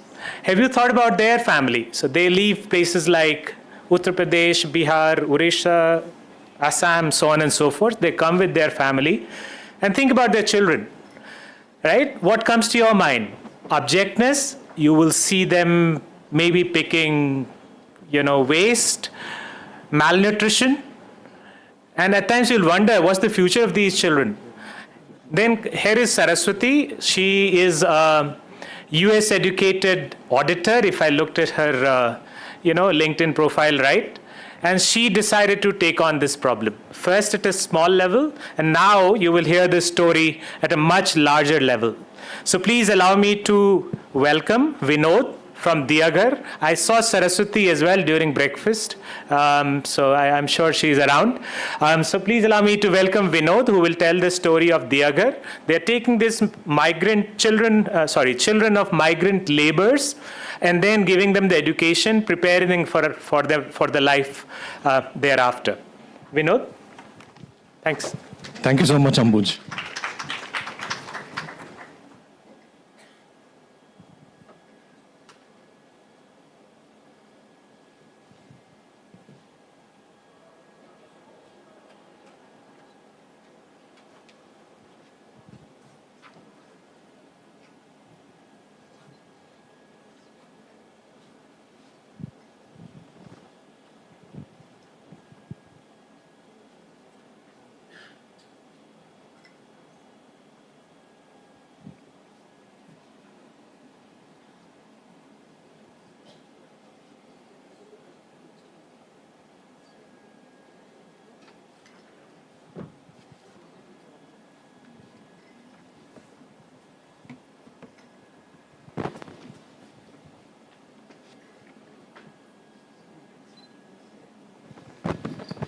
Good morning all, this is Vinod here from Diyagar. I'm part of the fundraising team. First of all, I would like to thank SVP and the team for giving us the opportunity to share about Diyagar. Diyagar provides early childhood care and education for children of migrant laborers, and we want every migrant child to experience the joy of learning. Meet Yellappa. Yellappa is from Munishwar Nagar in Bangalore. There's a community in Munishwar Nagar. And when we met him, he was 4 years old. In 2020, during the pandemic, and we saw him segregating garbage with his parents because both his parents worked as garbage collectors. Yellappa was malnourished, he had skin infections, and also, unfortunately, he was suffering from facial palsy. Facial palsy is the inability to close the eyes completely and also move your mouth and lips. So we took him to the hospital, and further treatment was given. Like Yellappa, there are about 4 lakh underprivileged children under the age of 6 living in blue tent settlements in Bangalore. There are a lot of challenges faced by the children. They live in unsafe environment. Most of the time, they are left unsupervised in the community. They are malnourished, and also they have health issues like skin infections, respiratory infections, and they are exposed to hazardous chemical and dust. They don't have access to education because most of the government preschools are far away from the community. We all know that 85% of the child's brain development occurs prior to the age of 6. So Diyagar believes early childhood care and education is really important. This is something that we see and probably unsee each day. What do? We give them safety, nutrition, Montessori education, childcare, and medical care. We have safe and accessible centers. We rent or build centers close to the community. We serve the children who are aged between 1.5 to 6 years. Daily classes are conducted from 9 a.m. to 4:30 p.m. Safety measures are in place like CCTV and fire extinguishers. Nutrition is taken care of. Children receive 70% of the daily nutrition requirement through porridge, lunch with an egg, evening fruits, and also protein bars once a week. We teach them using the Montessori method. We concentrate on holistic development, like physical, emotional, social, and cognitive developments. We also teach English, Kannada, and math. We work very closely with the parents. Every 4th Saturday, there's a monthly visit. Quarterly parent-teachers meetings are conducted, and we send 2 weekly videos on activities and better parenting. Child care is taken care of. Clothes, footwear, blankets, and sweaters are given. We conduct quarterly medical camps. We have tie-ups with hospitals like Baptist, Philomena's, and Ramaya. Quarterly hygiene kits are given, and also we support children with serious medical needs. Our journey started in 2016 with just 5 children, and 2019 we were serving 135 children in 3 centers. 2020 we did large-scale relief work during the pandemic. It's been a journey of 7 years, and presently we are serving about 1,000 children through 21 centers all over Bangalore. The impact has been tremendous on the children. Age-appropriate development of fine motor and gross motor skills increased by 110%, social and emotional development increased by 260%, and cognitive abilities exceeded expectation by 73%. Nutrition intake increased by 320%, personal hygiene increased by 500%, parents' motivation to send children to school increased by 115%. We have impacted 3,500 children's lives and counting. We Thank you. We have about 385 alumni children who have enrolled in primary schools, affordable private schools, and also government schools. We started after-school program last year in September. We have about 250 alumni children coming to our center. We help them out on their homework. The class starts from 4:30 to 7 p.m. They also get a nutritious snack. We can't do this alone, so sponsors and foundations are really important. 70% of the funds comes from corporates and foundations. To name a few corporates, Azim Premji Foundation, Exotel, and Tata AIA, and the 38% comes from individuals and HNIs. SVP's partnership is really important. We are very grateful to them because they've given a grant to bring in a full-time Montessori trainer to train our teachers, and also the grant will help us create training videos for teachers and learning videos for children who are absent and gone to the village. And SVP also will support to enhance processes for scaling, will help us connect with NGOs, educational institutions, corporates, institutional givers, and HNIs. Our next milestone is to serve 5,000 children every day. Meet Yellappa. Yellappa now, he's grown up, he's doing good. He's joined a government school, he's in 1st grade, and we heard from his teachers that he's really studying well and doing good in his studies. His facial palsy is gradually healing, and now he's got an ambition of becoming a doctor and serve the underprivileged who need medical treatment. Migrant children build our cities. We request you to join us building their children's life. Thank you.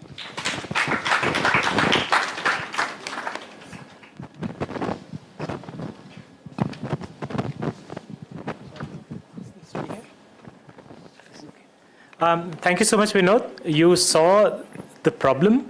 Another problem with, or another challenge with this particular population is, by nature, they're migrants, right? So they move on. So we are looking at, so one part, because of paucity of time, Vinod may not have covered, is we are looking at how can we connect to stakeholders in this ecosystem so that they can benefit from many other sort of government benefits or public sector benefits that they should be getting. That's another part of it that we are looking at. And from SVP's association perspective that you may have gathered in the last bit, now that we have more ambitious plan, how we can facilitate that, how can we create processes, systems, technology, and so on and so forth, or even training the teachers, that kind of capacity building that we are trying to incorporate. So once again, thank you, Saraswati, and thank you, Vinod. With that, we have 5 done, 4 more to go. In between, I would love to welcome Dr. Suparna Kar. She is head of Department of Sociology and Social Work. I have made an executive decision, ma'am, with your permission again now, postscript, to not read your bio. It's really long. It's her accomplishments, and both in terms of as an academician and researcher, it's really impressive. What I can tell you is, well, even if I blurt that out, people would not remember. So I hope you forgive me.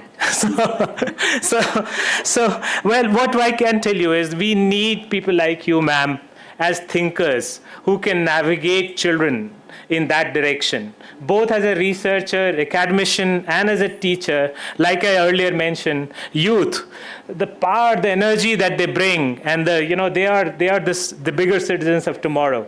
So thank you so much. Please allow me to welcome Ma'am Kar. Thank you. Thank you so much. And today would have been an information overload. So what we'll do is I'll briefly tell you a little bit about the university, what we do, and how we can partner going ahead. As you may already be aware, I'm with the Department of Sociology and Social Work, and the Department of Sociology is one of the oldest in the university. We started as a college in 1969, and those of you who are from Bangalore may remember it in the early days.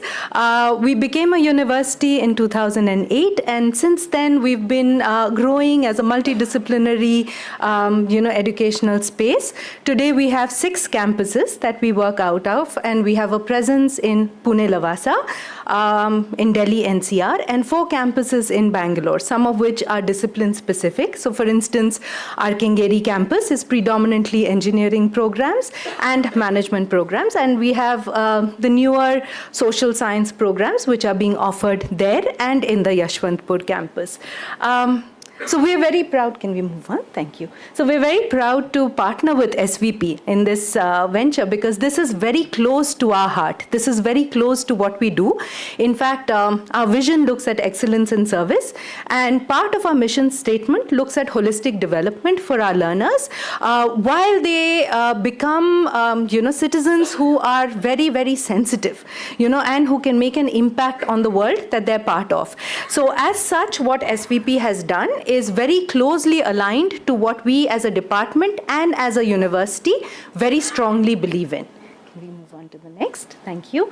So the department's vision is essentially on sustainable development ethos and a global focus. Now, global becomes very important for us because we know that you cannot ignore or avoid being part of the larger world that we belong to, but you cannot lose sight of the local.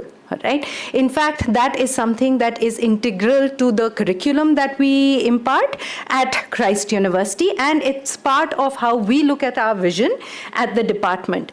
And we also focus on nurturing responsible citizens, and this global perspective and local action become very, very important. And in fact, when we look at what we do, a lot of that will become more clear.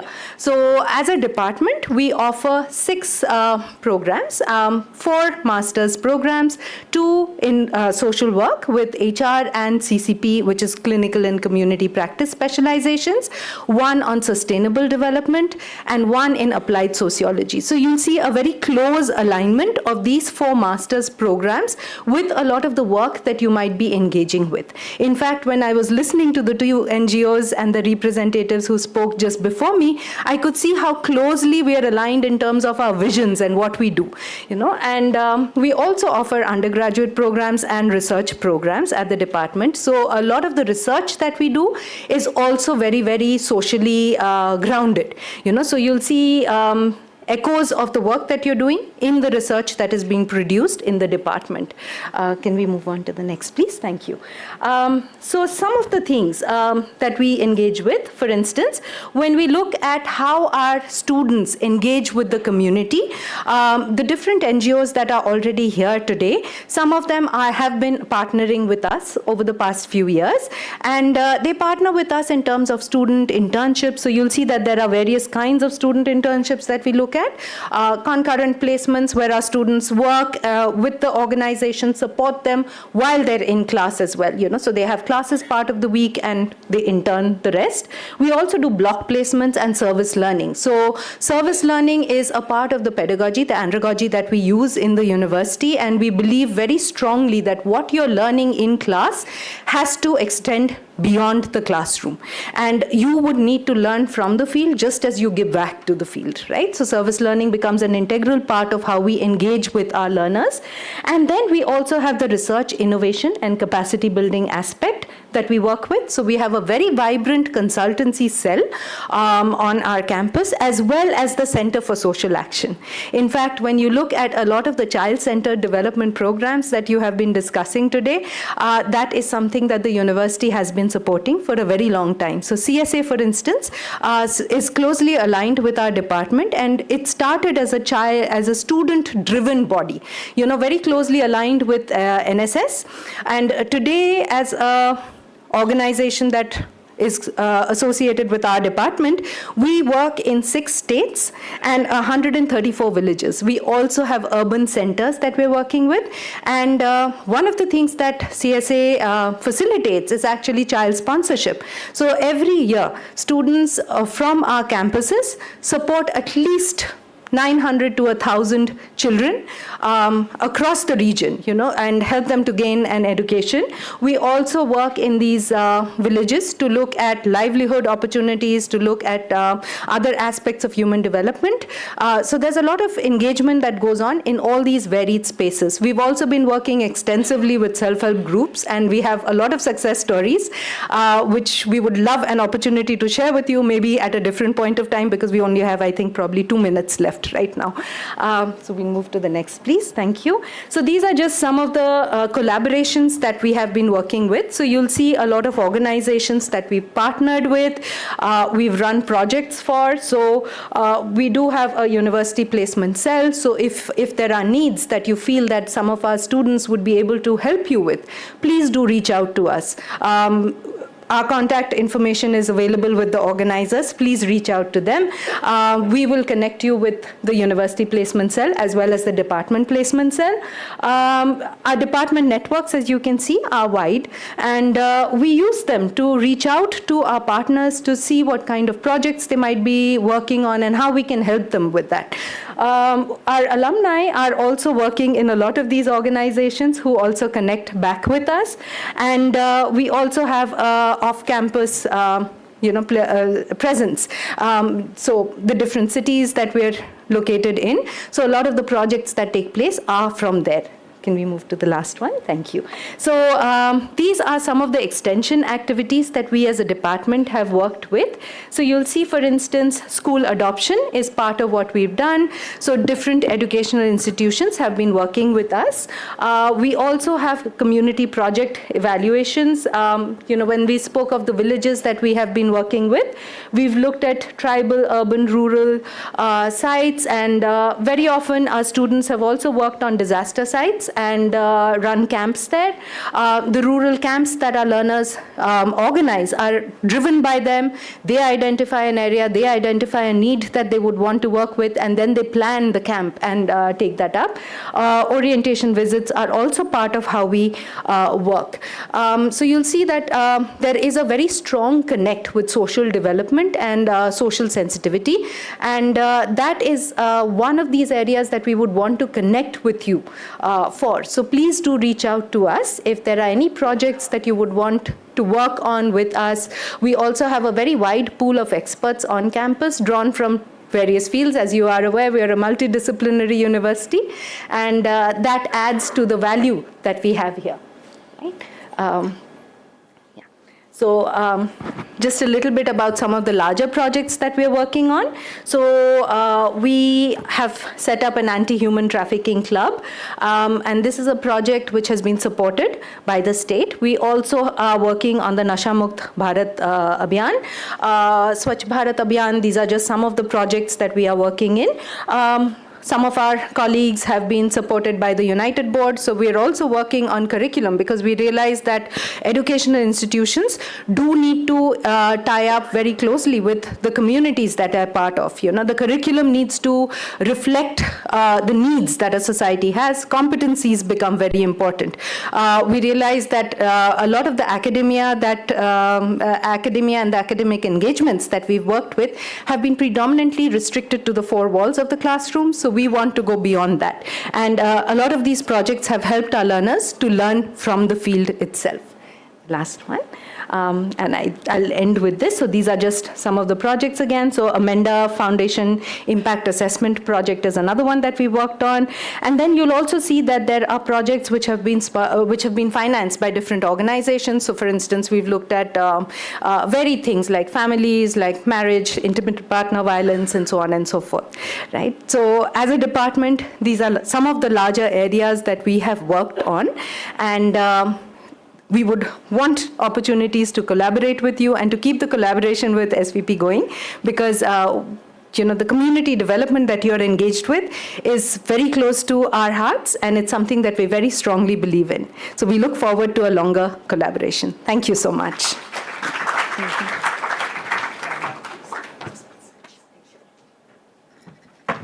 May I invite Sashi, please, to present a token of gratitude to Dr. Kar. And once again, thank you so very much, but not only offering your campus, but 40 of your students for the last 1 month have been on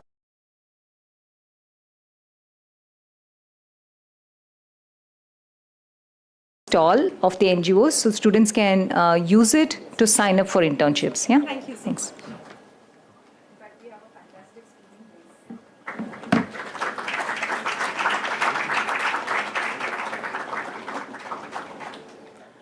Thank you once again, ma'am.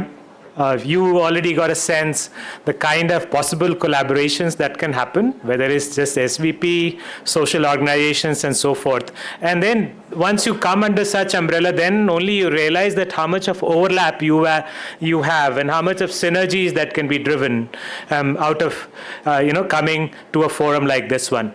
I also like, Shashi, can you please come? I would like to thank our essentially a media partner or a creative partner, Rajesh Vokadi.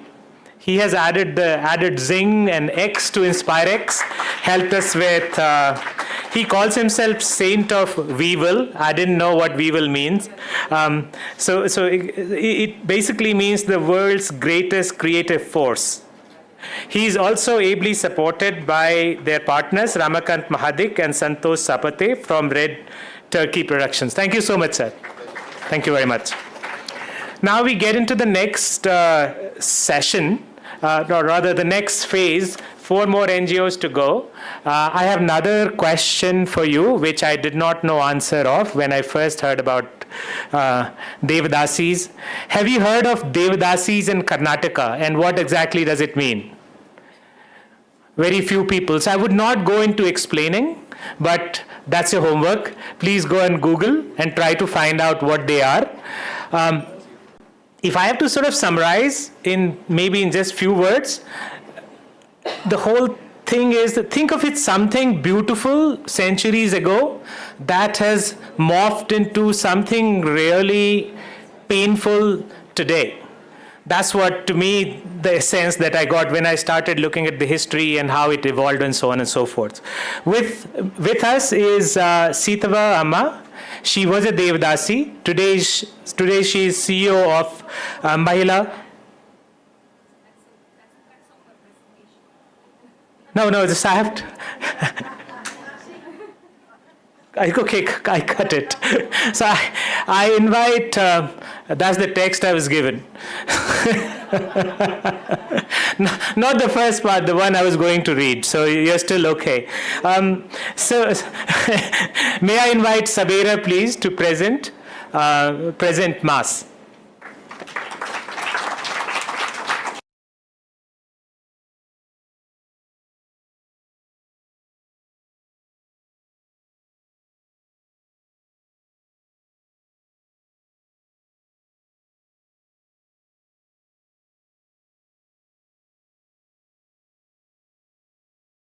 Mass NGO जो देवदासी महिलाओं के द्वारा देवदासी महिलाओं के लिए रची गई एक संस्था है। तो क्या है देवदासी सिस्टम?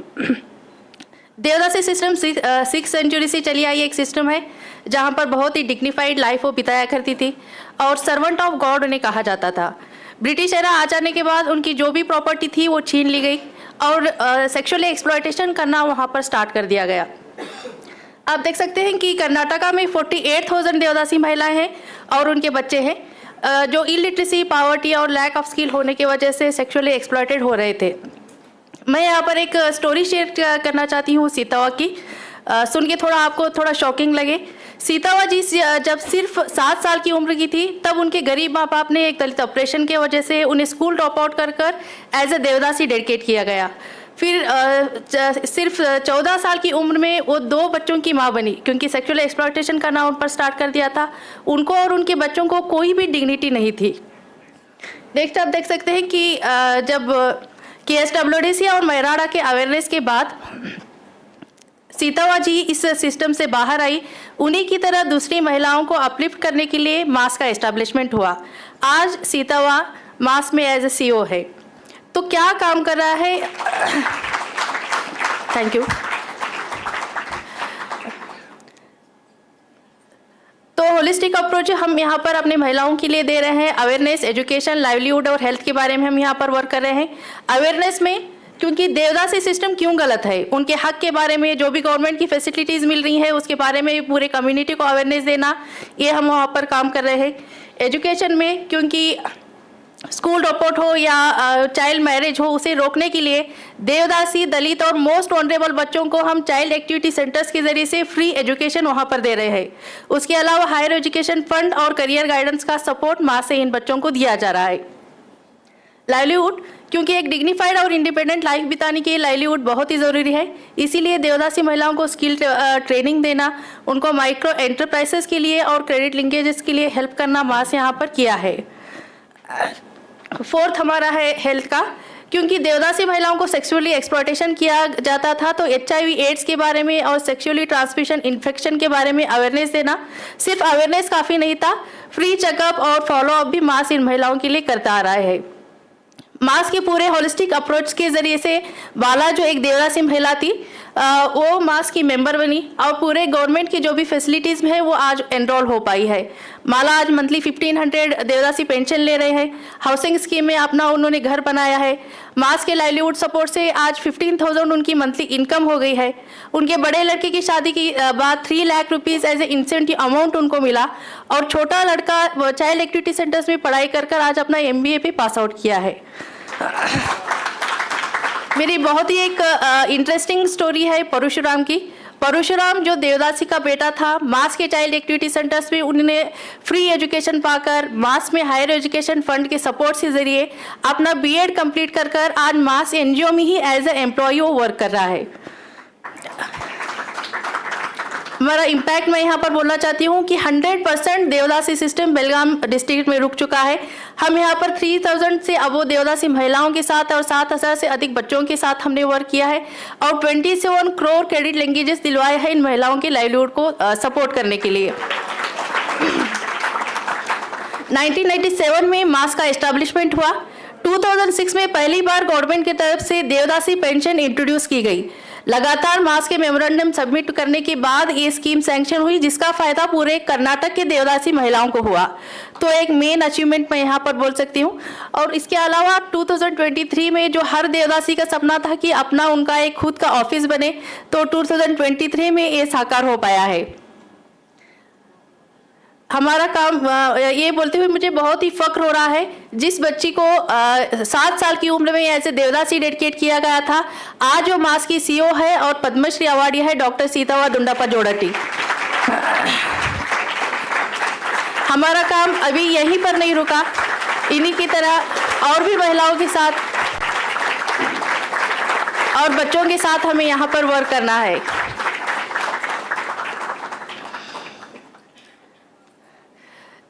सीतवा जैसी और भी देवदासी महिलाओं के साथ और बच्चों के साथ हमें वर्क करना है, यही हमारा मेन टारगेट है।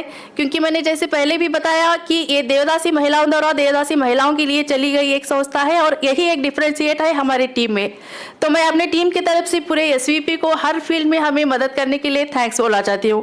Thank you so much.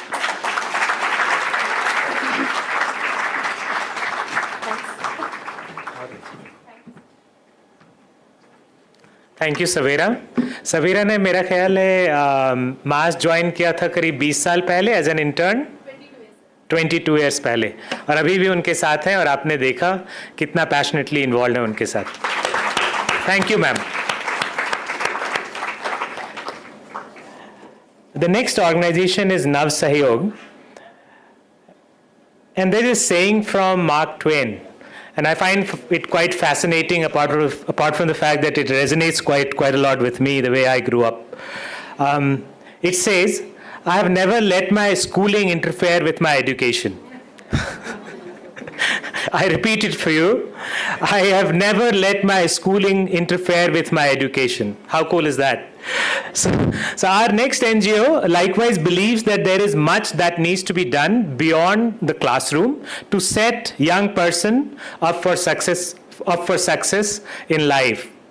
They are on a mission to build critical life skills and creativity in children in the 5 to 12 age group, because that's the most personable age group where you can shape certain agencies, so on and so forth, through after-school programs. And here you see the beauty of this. These methodologies and tools that they use they are anchored on two things. One, the local traditions, and the second, the research that has gone into, the current research that has gone into what is the most effective way to educate. So they're bringing both these elements together. So it's again my pleasure to welcome Nav Sahyog. Please, thank you.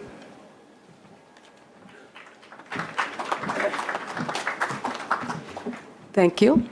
Good morning. I'm Mary Dolly from Nav Sahyog Foundation, and we develop life skills and creativity in village children. 70% of the children in India are in villages, so our focus is only rural. We are currently in 300 villages in Nagaland, Karnataka, and Tamil Nadu. Based on our learnings before we even started our intervention and a connect with the communities in the 6 years of our operations in the field, we've learned that the youth today are growing up with major handicaps of inadequate education and not well-developed life skills, because of which they take up low-value jobs and are unable to support their family. And because of the meager income, they get into a negative spiral of alcohol, gambling, corruption, etc. The girls, on the other hand, are succumb to pressure and get into early marriage, frequent pregnancies, and result in malnourished children. To address this, Nav Sahyog decided to run a after-school life skills program. The reasons are varied: parental guidance because of early dropouts, the time with the children are not spent, and the teacher capacity is really acute in the villages. And because of that, the youth are not able to leverage the unmet needs in the villages. Yeah, next slide. Yeah. So the learnings that we got was based on organizations that are globally and in India running a life skills program in a proven manner, that children develop their life skills at the most impressionable age of 5 to 14 years, then they become lifelong habits. Therefore, we run, next slide please. So our Nav Sahyog's core program is focused on children on the age of 5 to 14 years, and we develop these life skills through interventions of traditional sports and board games, sports, creative activity, storytelling, and experiential learning.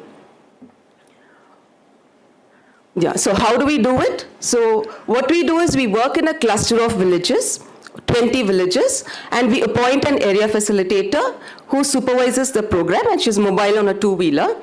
We identify a lady from the community and we train her to conduct these activities for the children on a daily basis. So we also engage very closely with the community, with the teachers and the parents, and conduct annual competitions and give Star of the Month certificates and awards for children. And all of this is remotely monitored through an app. So our impact is that during the pandemic of the 36 months, we grew 10 times. And then we engage 9,000 children on a daily basis. Of these, 60% of them are children, girls.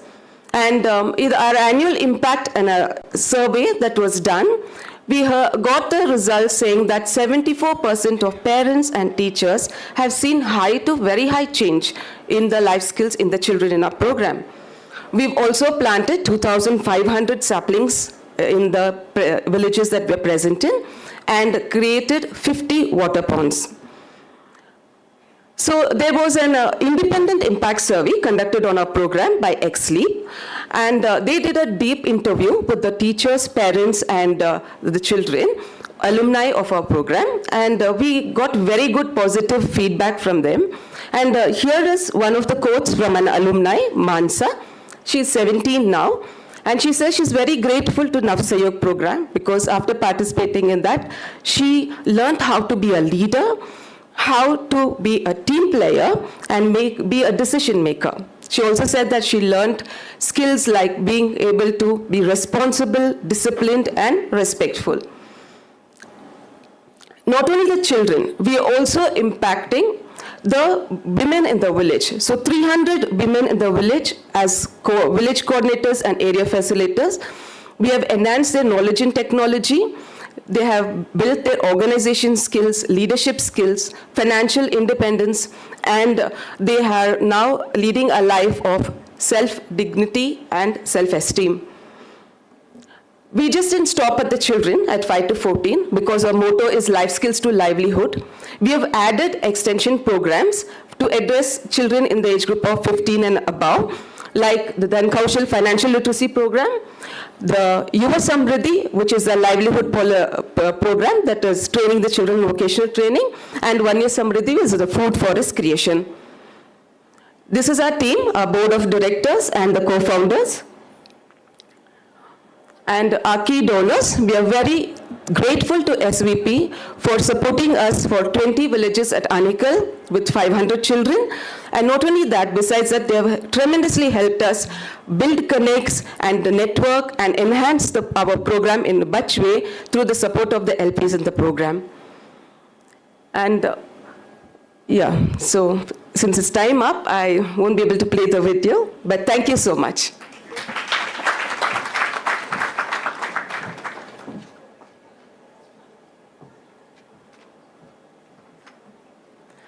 Thank you so much. So, so far 7 covered. You saw the element of education, you saw the element of empowerment, you saw the element of livelihood.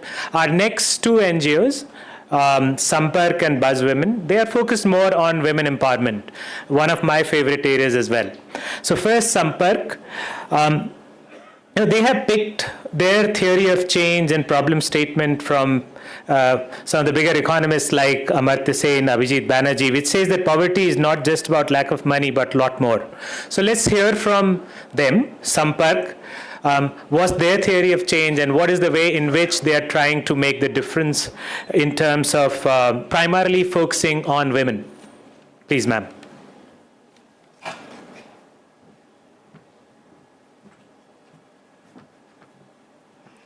Hi, good morning. You might be tired of hearing like 7 stories or 8 stories already. So instead of taking like another story, I would like to say how many people have migrated in this room from other states or some other districts. So can any one of you just share what are the challenges you face when you came as a migrant person here? Any one of you? Language, sure. Any other thing? Even sometimes we might be in dilemma, no? I'm also migrated from Andhra Pradesh, so language and then where can I put my child, which is a good school? So these are all the challenges, even though we have so much of facilities, we face that. Now let us learn the Balamma story. Who is actually, yeah, next slide. Next slide. So now I'll take through the Balamma story, who actually migrated from Raichur and staying in Bangalore. What are the issues she faces? She is representing almost 38 lakh migrant workers roughly in Karnataka and especially in Bangalore. This is the secondary research results I am telling. So there is no survey conducted about the migrant workers. Even after COVID, from our Prime Minister also wants to have the head counts of the migrants. Still now we have not done that. So, next slide. So, when you see her story, she got married at the age of 14 and she entered into the joint family of 7 brothers.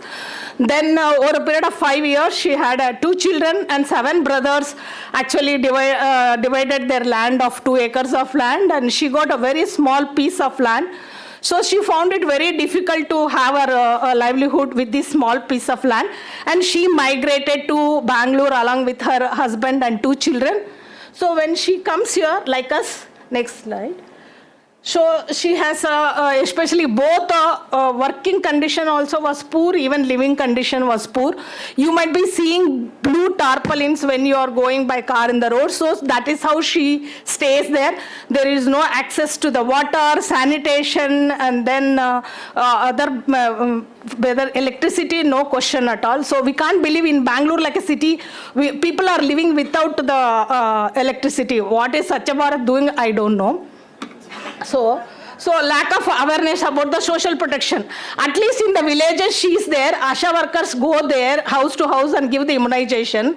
And also Panchayat leaders helps them. Oh, today Gruha Lakshmi scheme has come. Do you want to apply? But when she comes to Bangalore like a city, she's totally lost. No language, she don't know where to put her child, she don't know where to leave her child because no even grandparents are here, no social network here. So, but she has to go for work. So that is how these are all the issues she faces. So next slide. So Sampark vision is to help Balamma like a people who are vulnerable to bring them more, build their capacities and have a dignity life. So this is our vision. So let us see how we will do this work. Next slide. So as everybody said, we alone cannot do this work. We do collaborate with different departments, labor department and then other real estate builders, contractors, health department, women and child department and other NGOs who are working with the migrant workers. So these are all our stakeholders with whom we work. Next slide. And this is our model to make Balamma like a families to become more resilient and become a citizen of the Bangalore. We do create a lot of awareness generation and build their capacities, and we do linkage to the departments relevant so that she can access her entitlements. And we provide early childhood care facility, which mostly empowers the women to go for their work, and then if she relieves from the child care work and other care work, she can do actually so much of her own capacity building also and improve the whole family also. So this we do through the 3 workers resource centers and working in a 75 labor colonies, and we have operation of 26 early childhood care centers in Bangalore, and we also have a helpline where actually 24/7 any migrant worker actually face any issues, they can call and get the support and service from us. Next slide. So these, as a part of awareness generation, we create awareness about the social protection schemes, especially from the Construction Welfare Board. There is a 20,000 crores of money lying down in unutilized. I don't know how many zeros will be there. So I also create awareness about the labor laws, and we do create awareness about the pre-postnatal curves and then HIV/AIDS. And what is the importance of having bank account, because all the social protection schemes are linked today to the bank account. So bank account is very important. And we also empower them to become a member of the trade union. At the end of the day, they have to handle their own issues. We don't know Sampark will be alive how many years. So next. So then we registered with the Construction Welfare Board so they can access the schemes. And we do linkage with the PHC so she can go for illness and also get the mother card, so that the immunization is very important for irreversible change. And we do register with the Karnataka Kattada Sangha. There are about 5,000 members at present. Next slide. And these are all some of the women receiving the social benefits from the Construction Welfare Board. Next slide. And we do also child care work. Most of our activities also almost like a Diyagar has done this one. But we take 0 months to 12 years. We say 0 months because her mother also we take care of immunization also. That is how. Next slide. So we provide the health camps, and we actually take height and weight, and we see the undernourished children, and we provide the special nutrition along with the 3 meals. Then immunization, as I said earlier. Next slide. Nutrition 3 times, and then we also teach the local language Kannada and mathematics, and they are ready for school. And then, next slide, we put them into the government school, because at the end of the day, they have to mainstream in the government school. We cannot run parallel schools. And then after school program also is there. So 4 to 5, they do their homework. So we have 100+ aluminium of children who passed out their 10th standard. Next slide. So now Balamma is a president of a trade union, which is male dominated. So still there. Next slide. So we do, in the 10 years time, we have reached out to 2.25 migrant workers. They have access to 12.5 crores worth of entitlements, and 56 children we have reached out. From that, 5,000+ children are actually going to the government school. Next slide. And see, for scale up, we can't work alone. That is the reason we are working with the Construction Welfare Board. We introduced our ECCD work into one of their scheme. Now they are replicating 100 early childhood center every year.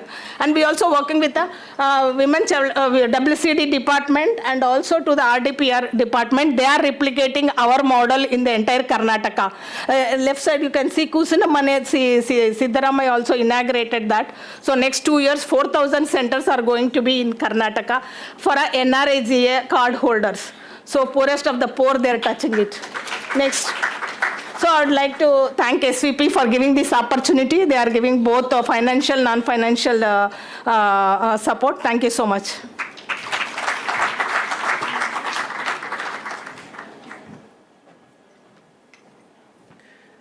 Thank you, ma'am.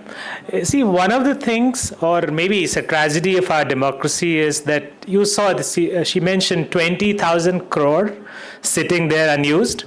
So there is so much of leakage and unused funds, entitlements, welfare schemes that are sitting there. We need someone, well-intended organization to come as a catalyst and bridge that gap. That's exactly what Sampark is doing. And one of the themes this year we have picked in SVP is that there are so much of, such entitlements which are sitting there. Can we try to make better use of it? Because people who are supposed to do it, they are not necessarily doing it. So can we find agencies which can facilitate that?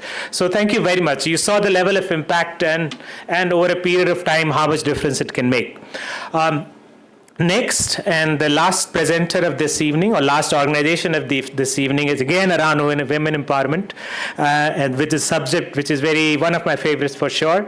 And I'm very excited to welcome Uttara. Please, thank you.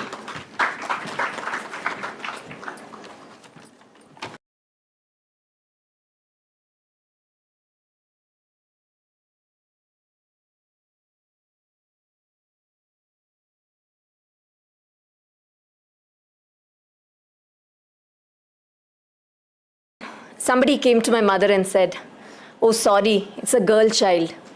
It's all expenses from now on." Do we want to live in a world where women hear this? Billions of women hear this as soon as they're born, of how disappointing their birth is. And if we want to change it, we need to do something different. I had a different life because my parents and grandparents did not listen to what society was telling them. They enabled me to craft my own life. Namaskara everyone. My name is Uttara Narayanan. I am the co-founder and chief change maker of Buzz Women, which is enabling 10 million women to craft their own lives by building their capabilities and leadership at their doorstep. Women grow up with the mental models of lacking confidence and self-belief due to the patriarchal structures, poverty systems, and gendered biases. Society and internalized patriarchy sets limits, which actually culminates in events such as poverty of cash, confidence, and collectivism. Buzz exists to break these mental models so that the events will not be there anymore. What we do is we provide knowledge, skills, and opportunities to women at their doorstep around a 5C model: cash, climate, care, community, and confidence. And how we do it is a path which is towards sustainable change. Our mobile academy sets up under a tree in a village, and the self-help women are gathered by the Anganwadi teacher to undergo financial management training. On day 2 of a session, we actually ask them to identify a community anchor. This community anchor is then inspired through a fellowship so that she can then go back into her village and collectivize the women into beehives, where the women can set goals, solve personal and community problems together. These women then undergo sessions on business skills and climate action as per their wishes, their livelihood choices, and their interests.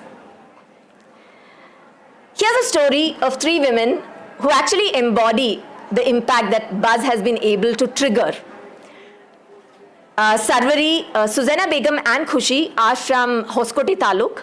They saw a lot of garbage around in their village and they decided to start a waste recycling business. They come from families who are farm laborers, and all of them said, no, this is not for you to do. Men have to do businesses and not for you. But they decided that they want to do it, and they were feeling that they have the strength inside themselves. They invested around 80,000 rupees, and within 3 months, they surprised everybody by creating a profit of 30,000 rupees for themselves. Not just that they're earning an income for themselves, but they're also helping their community by cleaning up the garbage in that area and help recycling the same.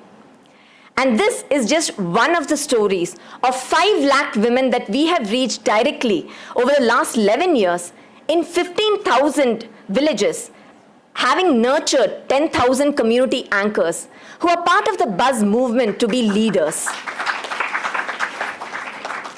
We do third-party assessment, and here are a few of the statistics that we have around women increasing savings, increasing confidence, expanding their business, solving community issues. And just to highlight one from last year, 336 kitchen gardens that were started by the women have collectively saved 80 lakh rupees just last year. And it's holistic empowerment that we are aiming for. Our USP is that we are doorstep, we go to the last mile to the women. We are building on top of the government self-help groups. We have community leaders, which makes it contextual, bottom-up, and also sustainable in the long run. We have a depth model. So we have reached 5 lakh women in only 15,000 villages, and Karnataka has 62,000 villages. 40% of my team comes from the women who are recipients of the interventions. And there has been organic replication of this in 4 other countries. We are knowledge partners. I call myself a midwife, where leaders in those countries have delivered the baby. I have a team of 170 and also 3 governance board members and 9 advisors. Our partnership with SVP is enabling 200 community anchors who will in turn catalyze 6,000 women in their villages. Also, capacity building is happening for my team around HR, knowledge management, and retail fundraising. Our goal is to reach 1 crore women in Karnataka in all 31 districts and go to 5 other geographies by 2030. Thank you, everybody, for listening to the Buzz Journey. Our stall is down. Would be happy to talk to you. We also have 2 of the women. One of them is right here, Amma Jan, and you can listen to their story of what really has changed in their lives. Thank you.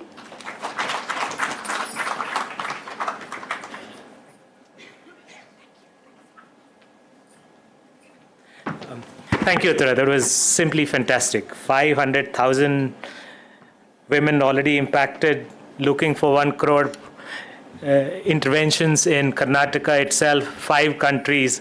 What can I do? So here is, I'll keep my conclusion really short, as in, I'll just clap, and I'll request you to clap for all these 9 organizations. Absolutely humbling. We are short on time, so I invite Anshu, I invite Govind. Govind, can you please share our token of appreciation with Anshu?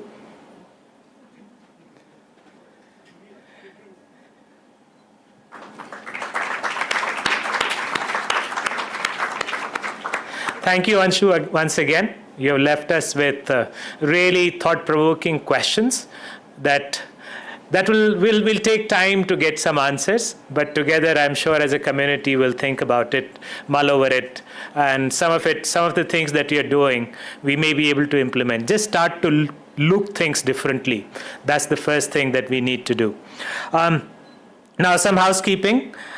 So we have a tea, so we are cutting on the little sugar spike that you were looking for. We are confining it to tea, thanks to Shashi. Or tea, coffee, both. So thank you for being so generous. So tea, coffee you can collect.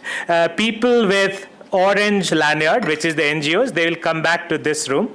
People with white or brown lanyard, they will go to 10th floor, Skyview room. So that's it from me. Thanks again for joining, and I really appreciate. What time do we start the session? 10 minutes from now, Sashi? 10 minutes from now. Sorry, we are playing by the ear, so. Thanks a lot again. Sorry for the delayed start, so please grab your coffee and get to the respective rooms and then continue your networking.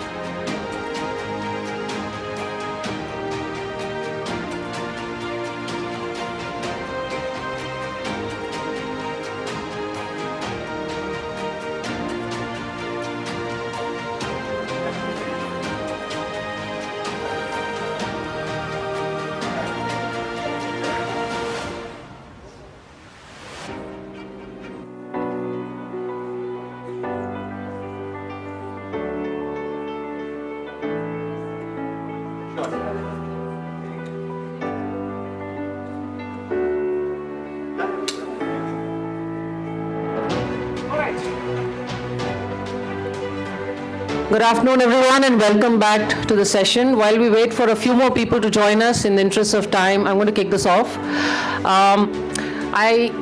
The sessions so far have been, to say the least, inspiring. This has been an amazing set of conversations that we've been having since morning. And to take this a notch up, I'm going to invite Sriram, who is going to anchor and lead the next session with all of you. A quick introduction. With 18 years of experience across the corporate and development sector, Sriram leads global partnerships and fundraising at the Nudge Institute and has been a member of the Nudge's leadership team since its inception in 2015. At the Nudge, he has led community mobilization for skilling programs, fundraising from foundations, corporates, and government, besides contributing to the organization's overall strategy, operations, people practices, and culture. Sriram is a mentor at India Leaders for Social Sector, and along with his partner, a signatory of a giving pledge, Living My Promise. Sriram is an alumnus of the BITS, Birla Institute of Technology and Science, Pilani. And with that, I'm going to invite Sriram to take it over. Thank you, Sriram. Thank you. Over to you.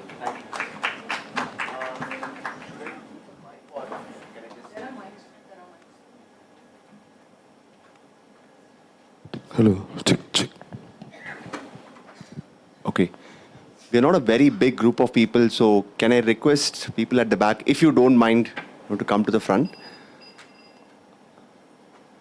I also have a visual challenge, so I really can't see people right at the back. So it's also in my selfish interest.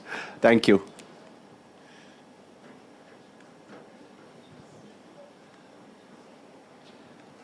We were supposed to start at 11:30, as you all might know. We are an hour late, and I've been given standing orders by Falguni to, keep a very strong time check. So we'll do our best in the next hour, an hour, 15 minutes or so. My request would be to not indulge in a monologue myself. What we have done as a background to this session is I've got a pretty good, call it a bio or a CV of all the organizations that are being supported by SVP in Bangalore. So I believe you've all answered some questions, particularly for this session on organization budget, focus areas, growth, etc., etc. I have consumed that material already. So we don't have to go around of introduction. I have a reasonable understanding of what you do, what your budgets are, what are you looking to do, etc. While I've done some analysis about the organizations, my intention, and please correct me if I'm wrong, my intent is to make the best use of the next 1 hour and not be a Gyan session, all right? I'm sure you've all done many conferences, many summits like this, but let it be useful, and I want to do my best to make it useful and relevant to the best extent possible. One quick check, is English okay as the communication? I speak English, Hindi, and Tamil. Those are the 3 only languages that I know. Is English comfortable? Okay. For everybody? Okay. All right.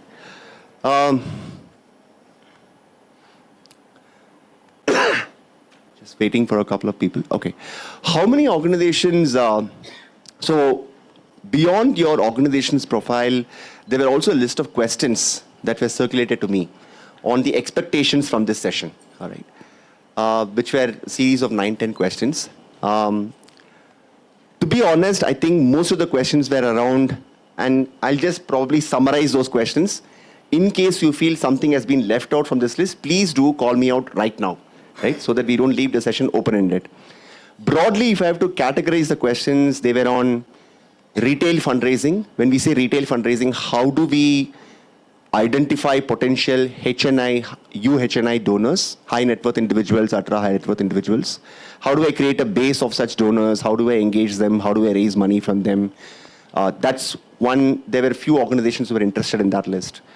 Then there was obviously CSR with the law. I think I would have perhaps liked more specificity on the question, because CSR fundraising is like a universe, right? As much as retail fundraising is. Similarly, foundation fundraising, there is Indian foundations, there is US-based foundations, there are FCRA laws. So it's a vast ocean, right? So in case if you feel I'm saying something that is already known to you, please feel free to interject me. बोलने के लिए कुछ बोलने की जरूरत नहीं है. If it is not useful, then let's just skip that part, right? I don't want to repeat something that you may already be familiar with. So CSR fundraising, how to approach corporates, how do I go about it, what should be the capacity of my team. Today I'm spending 30%, 40%, 50% as a founder of the organization on fundraising, supported by 1 or 2 or 3 people. Is that good enough? Should I expand my team? If I'm expanding my team, what kind of people should be hired in the team? How do I engage my current donor partners? How do I retain them? How do I ask them more money? These were some of the questions in the universe of CSR. On foundations, some of the questions were, how do I demonstrate and tell a story to the foundations? That landscape seems to be a little alien to me. I mean, perhaps not for everybody, but I did notice a few questions in that area. How do I navigate US-based foundations? What do they expect? How should I write a proposal and a grant that actually speaks to them so that we are able to win proposals? This is broadly the 3-4 categories. Am I missing something that is substantial? Yes, please.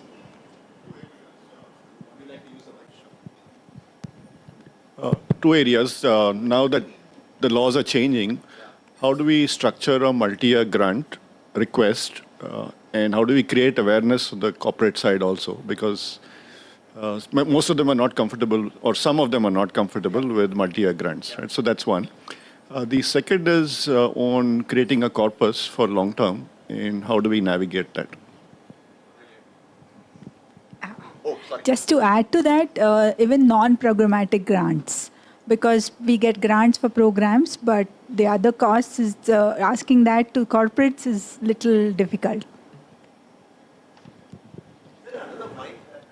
Sir, I have a doubt. See, the CSR, when we give us some plan, we would have envisaged that this would have happened. So we would have seeked that money. But something would have changed. So we would not like to spend that money because it has changed, and we would like to change our plan and do it. But many CSR doesn't understand that. They just want to spend because of that year. They just want to spend it and give it to us. So how do we make them understand that social scenarios are very dynamic?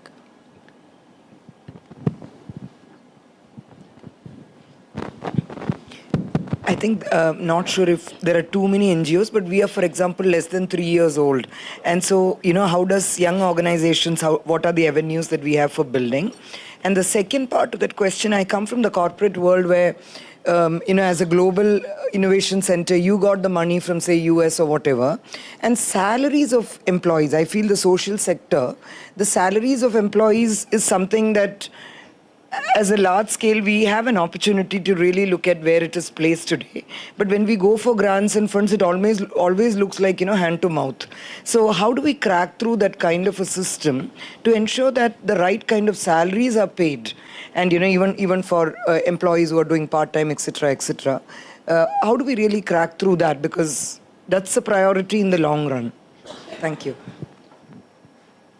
I'm going to take maybe 2 more questions again, because then we'll get around with questions and never answer them. But yes, please, if you can keep it brief.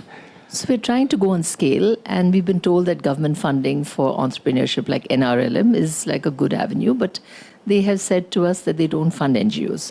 Is there any way any strategies by which we can get, at least to collaborate with government to get that funding for our people? Sure. After her? Yeah.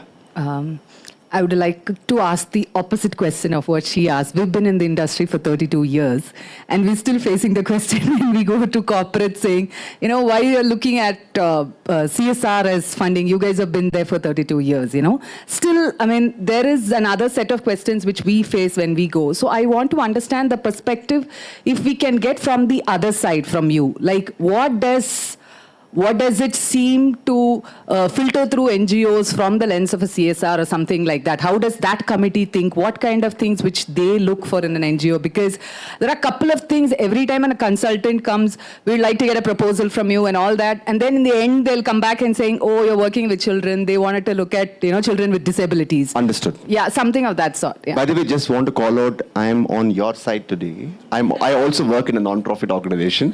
So I'm not a CSR person. I'm not a donor. Right? So it's a safe space, right? I experience the same challenges as you do, so we can all be. So I work for a 36-year-old organization called Vidya, and I'm doing fundraising for the last 12 plus years for our 200 plus projects across India. So one of the challenges that I always face when I do the fundraising is to make the corporate understand that we are equal partners. So that's one area, if you could touch that, how we could make the corporate understand that when for a social cause we are working, we are equal partners. Okay. Okay, last one. So with SEBI, new SEBI guidelines, the ESG reporting is going to get way more important. So how do we tap into that space as non-profits, for the top 1,000 listed companies going forward? Got it. Okay. In the interest of time, sorry, I really wish I could take more questions, but maybe we can reserve one final, maybe 5-10 minutes of Q&A, if that's all right? Okay. So let me perhaps set the right expectations, right? Given that we have 45 minutes. I don't think I'm going to cover the SEBI part, right? For 2-3 reasons. One, it's very nascent. To my understanding, there are about 20 non-profits who have already listed themselves on the social stock exchange. It's too early and premature, I feel, to be commenting on how do we look at it, is it worthwhile the effort or not, right?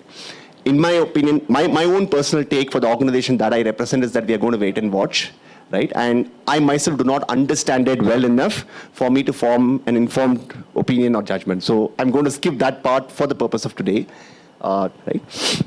So very briefly, what is it that I know is that I'm in the sector only for 13 years, unlike certain stalwarts here who've been there for 32, 36 years, right? I've been in the sector for 13 years now.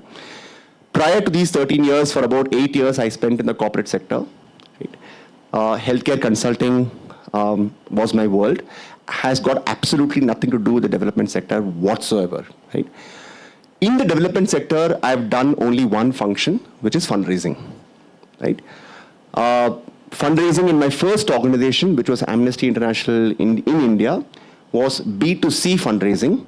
And let me be very specific about what I mean, because retail fundraising, B2C fundraising, crowdfunding, all of this is used very interchangeably. Crowdfunding is not retail fundraising. Crowdfunding is a subset of retail fundraising. Retail fundraising could be raising money from people like me and you sitting in this room. Retail fundraising could be about raising money from high net worth individuals and ultra high net worth individuals. Both are not the same, right? They are not the same, right? I'm not talking in terms of power structures or anything else, but the strategy, the way things work is not the same, right? I just wanted to call out that. Now, in my first organization, I was raising money from not even people, the kind of people sitting in this room, but Aam Aadmi, right? Just to give you a sense of what that means, 14% of our donors in Amnesty International were people who were daily wage earners. The persona profile is the person who drops the milk bag in front of your doorstep, the person who sells newspapers, sort of takes newspapers and gives you something back, right? Auto rickshaw drivers, istriwalas, 14% of our donor base were people of that profile and that economic strata, right? So very, very different model. So that's something where we had about 100,000, 200,000 people come on board supporting the organization. That's one very different world, right? In the last 8 years, my world has been raising money from corporates in India through CSR as one, foundations in India and outside of India, and in the retail segment, only HNIs and UHNIs, not the Aam Aadmi, right? In my current avatar, right? So these are the only 3 things I'm even qualified and informed to speak about, right? So I'll restrict it to these 3 channels, so to speak. A lot of people, and if I think I'm going too fast, please stop me. I'm just trying to cover as much ground as possible. I think when people talk about fundraising strategy, what should be my fundraising strategy? I think, if I have to be very, very honest, the kind of questions that we want to ask ourselves should also get more and more sharper, right?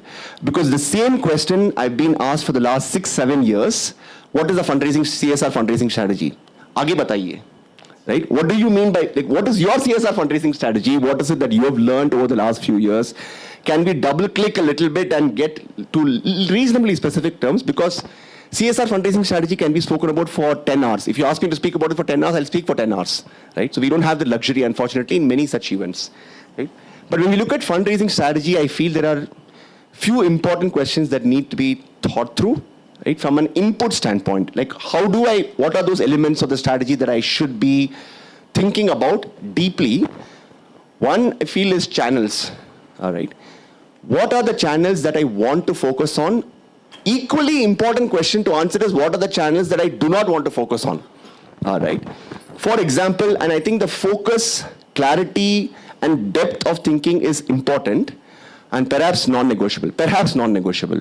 Let me make it a little bit more tangible. If you look at some of the non-profits in India whose names I'm sure are very, very popular in this room, Educate Girls. How many of you have heard of Educate Girls led by Safina Hussain? Yeah. Now, Educate Girls is an organization that has not raised CSR funding at all. At all in India. They are an organization based in India. They work in Rajasthan. Their agenda is to put girls in school and keep them in school in very simple terms, right? They are one of the largest non-profits in India. Almost all of their funding have come from foundations. Foundations internationally, which means all FCRA money, right? And she's absolutely cracked it, right? If there is a person who should do a masterclass on raising money from foundations, it should be Safina Hussain, in my opinion, right? Not because somebody is popular, because the facts speak so, right? Somebody who's been there, done that, raised money should ideally be speaking. We also had some experience, but I think I regard her very, very highly. And HNIs and UHNIs as well, right? Even though CSR money is available in India, they have chosen to stay away from it. Because I have built as an organization a muscle in raising money from foundations, and I'm going to stay focused on that, right? Say, for example, Pratham. How many of you have known Pratham? Everybody knows, right? Pratham has an outstanding muscle in raising money from HNIs and UHNIs, right? In the US, Pratham's team in the US is about 20 people. Annually, I'm just quoting numbers from the website, annually they raise about $22 million. That is 176 crores. Every year, that amount of money is raised from only HNIs and UHNIs based in the US, right? I believe that at the Nudge, we've built our own muscles in CSR fundraising, for example, right? We're not the only one, a lot of organizations do. But I think we started at a time in 2015 when the CSR law was already in place, right? We were not an organization that started in 1980s or 90s or 2000s, and then I had to adapt myself to start thinking about raising money from corporates. For us, it was a reality from day one. Right? Matlab karna hi hai, right? We have to develop the skill sets. And because a few of us who were there at the beginning came from a certain background of exposure, not skill set, exposure to how corporates work. So it was a very default setting mode, like in a mobile phone default setting for us to start approaching corporates. All right. And over a period of time, we've learned by doing on how to raise money from foundations and HNIs. All right. So channel strategy, when we say strategy, what channels do we want to focus on? Equally important question to answer is, what do we not want to focus on? Because when I looked at most of the budgets of the organizations in this room and the growth that you want to achieve in FY 25, 26, 27, it's not X to 10X, right? SNA ki aaj aapka budget is 1,000 rupees, and in the next 3 years, the budget is increasing to 100,000 rupees, right? Today, if it is 5 lakhs or 52 lakhs, it is 53, 55. It's a very steady growth, right? So channel strategy and being very clear and focused on it, I believe is important, very, very important. The second thing is on the input being the team, right? And this is something that I feel as the most upstream. So if there is a Gangotri to fundraising and the glacier melts and the money flows down, this most upstream important thing, while there is channel strategy, that team, all right? What kind of people do we have in the organization as part of the fundraising team is again becomes a very, very important decision. And is there enough capacity in the organization to acquire donors, to serve donors? Third is the investment in fundraising. In order to raise money, how much money are you willing to invest, right? That is the cost of fundraising. That is also something from a priority standpoint. Most of you are founders, part of the leadership team, I presume, right? So you determine on an annual basis how much money needs to be invested in each function. And if there is no prioritization of this is what I'm going to invest in fundraising, then everything else is a meaningless conversation. Right? Now, typically the industry benchmark in some sense is that organizations which are pretty well established.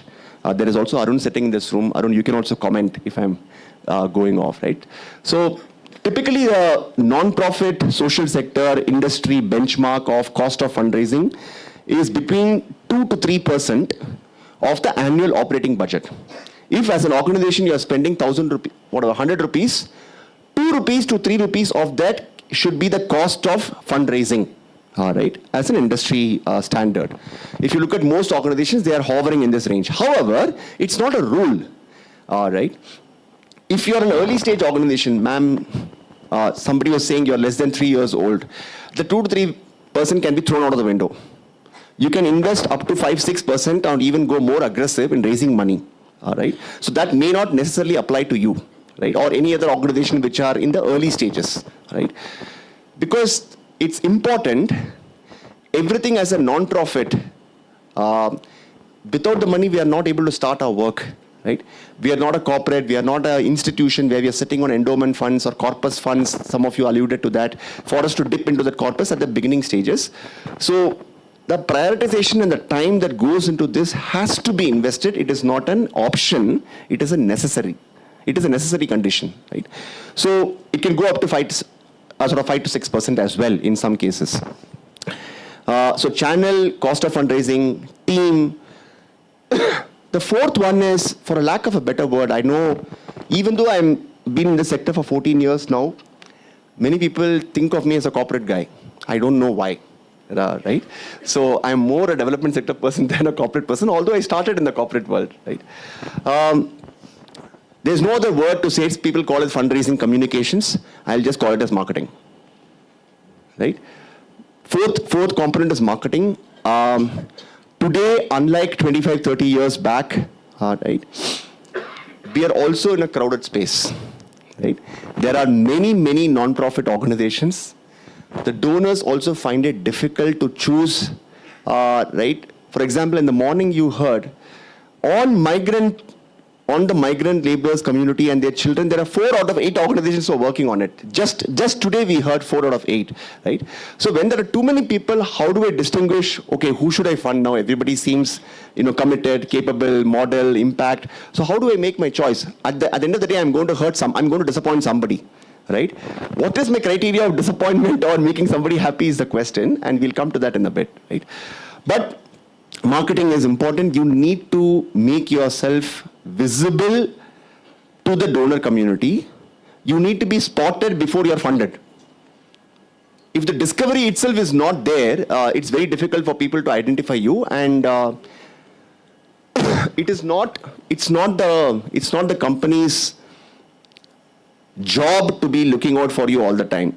You also need to look out for them. As much as corporates have a mandate, we also need to do that. So, and mostly in many cases, if marketing is done well, or if you're feeling uncomfortable with the word marketing, as I have been told sometimes, you have to communicate and find out the donors. If you do that more, then the actual fundraising process becomes a little easier. For example, year after year after year after year, January, February, March, which typically is the last quarter in a financial year, if you are an organization that is pretty well known, you don't have to call the donors will call you. Okay? We have extra surplus CSR money left, can you please take it? Would you be able to spend it by March 31st? Will you be able to give me a utilization certificate? As long as those things are met, please take the money and leave me alone. Right? That is not necessarily evil money. That should be solving for exactly the kind of problem statements that you were mentioning. Right? So the more visible and present you are, then you will attract money instead of having to go and push for raising money. The last point I would say in fundraising from a strategy standpoint is also thinking 2-3 years ahead. Right? And not just thinking for the next financial year. So today, if you're sitting in financial year 24, let me worry about financial year 25. 26, I'll take care of it later. It doesn't work like that, right? Because in FY25, in the last 6 months, you're already starting to raise money for the next year, right? If the team is not built towards that, if you are not approaching the donors for the next year's funding in this year, we will not be able to meet our goals, right? So fundraising strategy, I would always say, strategy doesn't change year on year. If it is changing, there is something wrong. You need to introspect and look back, right?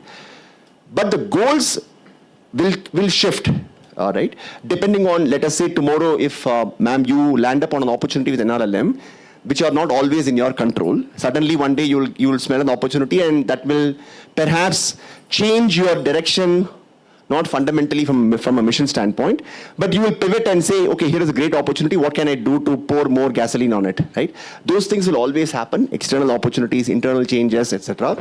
So the goalpost can shift a little bit. Strategy shouldn't be changing every year. Goals should change, but there has to be a 3-year goal and not a 1-year goal. Right? 3-year goal on fundraising, 3-year goal on what is my staff capacity going to be, accounting for attrition. Right? Let's face it, we live in a world where people, we are not the most well-paid bunch of people, if I may put it very politely. Right? And that reality is not something that I'm going to fight today, nor is it worthwhile fighting for the reason. We have all made a conscious choice. Let's just live up to that, right?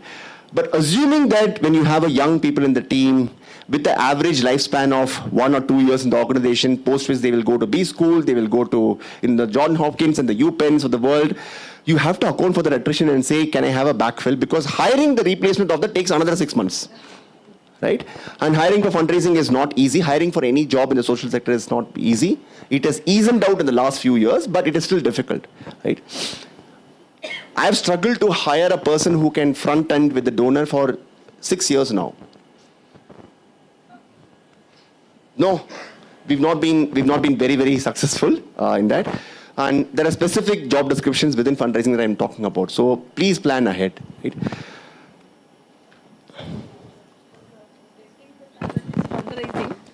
For that current situation itself is difficult. We can't keep them in the benchmark like a corporates, no? So when the work comes, we can give. So it's very difficult.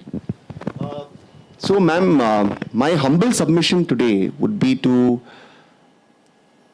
try and not see ourselves as, oh, they are corporates, they have a certain characteristic. Corporate मतलब उनको ABC चीजें होती है. हम लोग NGO वाले हैं, तो हमारा हाल ऐसे ही है. First, we have to come out of it. I don't mean to disrespect your comment or knowledge or opinion, but I think it's now well past the time where somebody else spoke about how can we see them as equal partners, right? I understand the spirit of your question, but I also must say, ma'am, that we first have to start seeing ourselves as equal partners. I'm not being specific to you, right?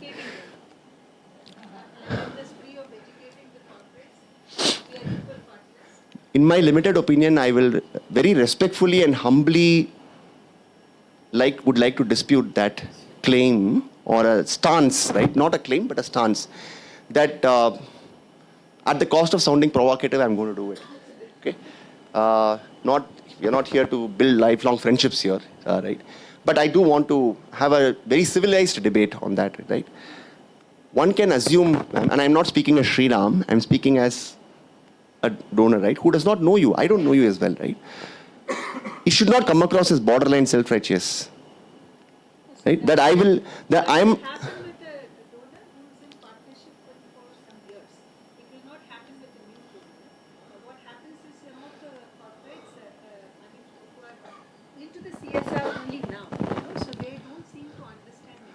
Why do we believe, I don't mean to interrupt you, but why do we believe it is their obligation to understand it, right? When we don't have an obligation to understand the intricacies of how a corporate works, right? Do we all understand how a corporate exactly works? What are the intricacies? What do these functions do? It's not within our mandate to understand it.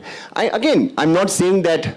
I think all of us together have mutual learning to have.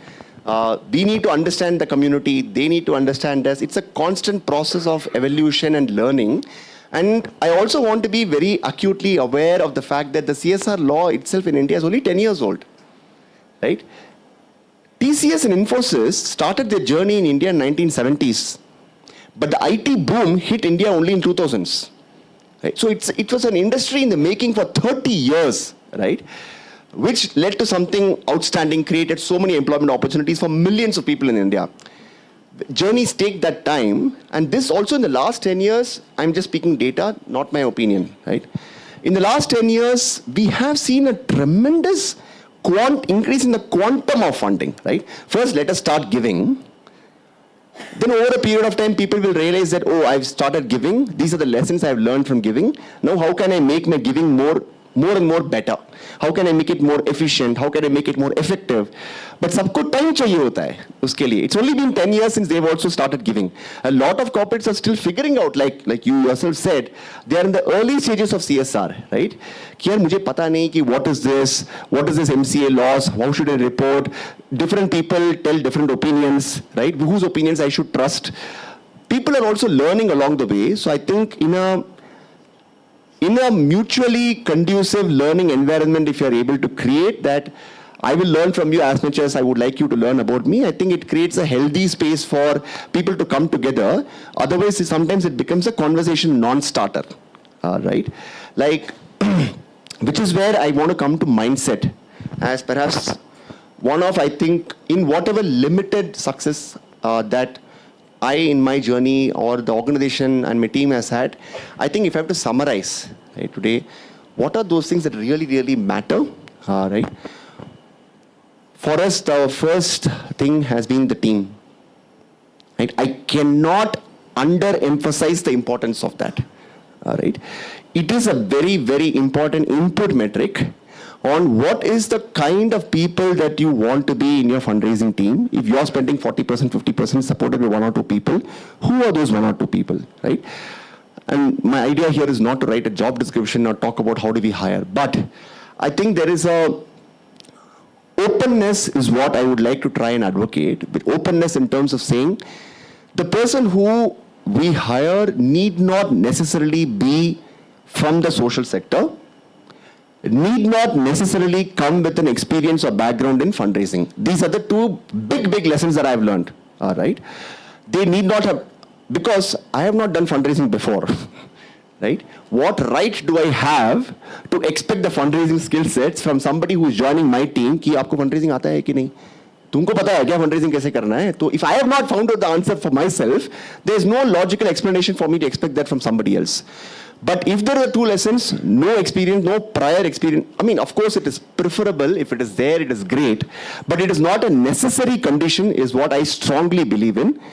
And the person need not necessarily come from the social sector, right?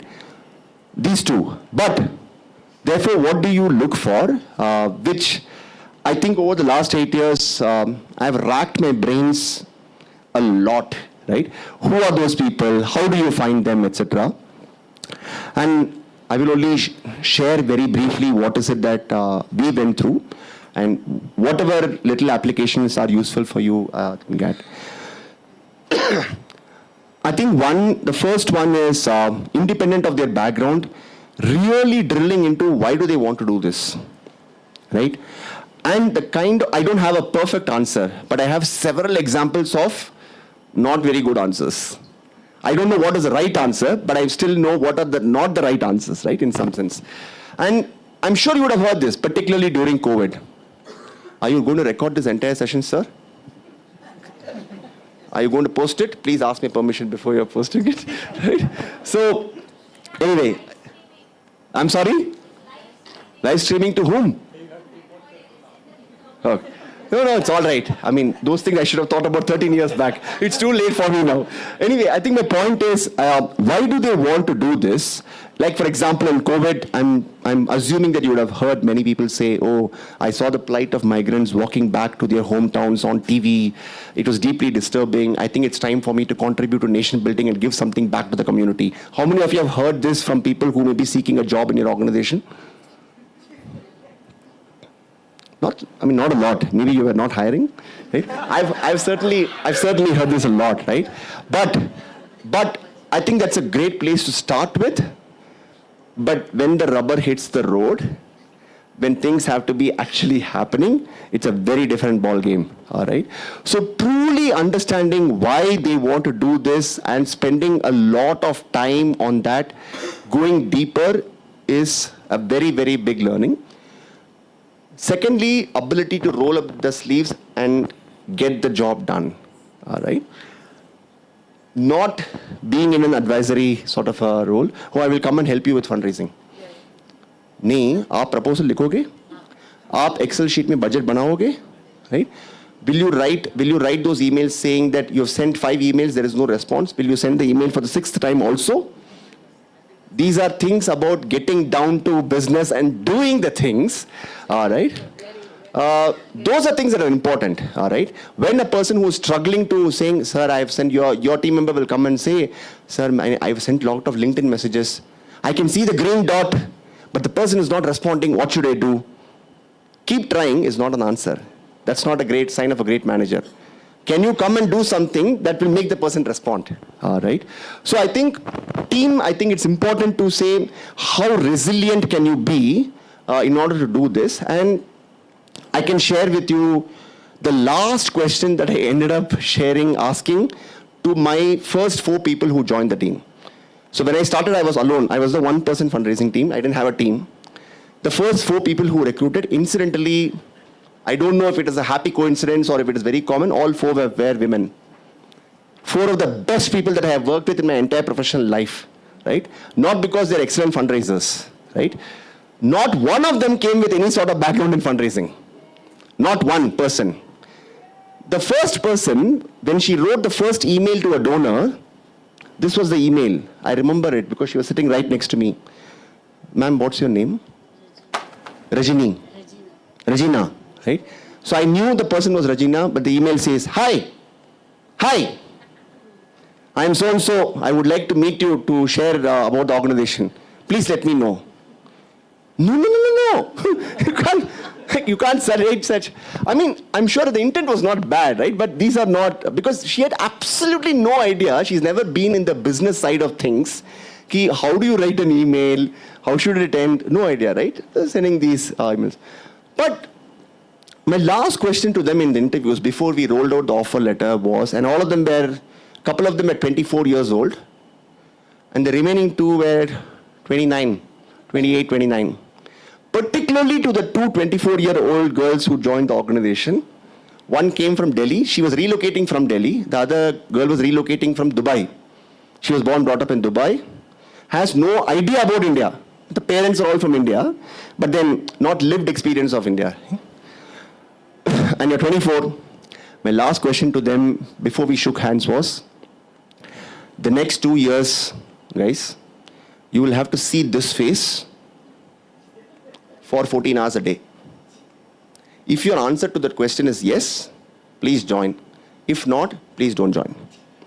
My HR came and told me, Sriram, do you want to recruit people into your team or you don't want to recruit people? Yeah? Yes. Again, this may sound controversial, but if I knew how to fundraise, I may not have to spend 14 hours. The fact of the matter, sir, is that I do not know anything. So I don't want to set any wrong expectations with people, right? When we don't know something, we have to invest in learning. We also have organizationally aspirations and ambitions. All of us want to solve problems at a brisk speed, right? So we have to learn fast as well. And if you have to learn, we have to stay committed to the learning process. And if you don't spend the time learning, how will I learn, right? So I can't tell you how to fundraise because I don't know that myself, but we will have to learn it together. And in order to learn together, we will have to spend time together. If you have to spend time together, I'm going to see my wife much lesser than I'm going to see you. 6 घंटा, 7 घंटा, 8 घंटा सोऊंगा, 14 hours we'll be together, बाकी time बचा है मैं अपनी बीवी को देख लूंगा. Right? I mean, these are, especially for the first 2 years, right? Because you're in the process of learning. You don't know how to do things. There were a lot of blunders that we also did, by the way. But it is necessary to do those blunders to learn and keep learning very, very fast. Right? So I think staying a little obsessed about who are the people you want to bring on board, please do not compromise on it or saying that, oh, I tried very much, but ultimately somebody referred me, so I took the person. My recommendation would be to take that very, very seriously and involve yourself in the learning process, right? Fundraising cannot be a magic wand. Somebody else, if you could not have solved the problems that you're facing today, expecting that somebody else from the outside will come and solve is, I think, being unfair to them, right? But you being thoroughly committed and also investing deeply in the people to a point where, for example, the 4 people, they have come and stayed in my house. I have walked in on several Friday nights back home. Sham ko main ghar jata hu office se. The door is open, main door is open. I'm freaking out. What has gone? Has something happened? These 4 girls, 2 of them have gone. You keep the key under the pot, right? They've taken the key and they're staying inside and watching Netflix, right? Like, we have spent time together as a family, and it is not funny, right? Disproportionate amount of time together, but it really brought us together. Really, really brought us together. And sometimes when you're fighting through difficult situations like COVID, who I'm sure all of us went through, these things matter a lot. I'm not going to overemphasize this point, but I think talent in fundraising in India is a big, big problem, which is what Anu Prasad from ILS is also trying to solve, right? So we don't have ready-made, if I have to say, ready-made fundraisers from the market who you can type on LinkedIn and say you can hire people. No, we don't have the luxury. We have to look for people, and we also don't need a huge fundraising team. We don't need 10 people, 15 people, 20 people fundraising team. We're looking for 2-3 people who are great. If you speak to 100 people, 200 people, you'll be able to find those 2-3 people is the current pragmatic solution that I have. It's not the most efficient solution, but it is something that has worked for me. But the discipline of saying that every 2 days I will interview one person. It's a discipline, even if the person is not relevant, but getting into the habit of interviewing once in 2 days a person builds a certain habit and a muscle, right? Eventually you will find somebody. That is not the most effective and efficient, but it has so far worked for me, right? Because it's a larger problem to solve for. Fundraising talent in the ecosystem will be there for another 5-6 years. What do I do today is something that's a real reality.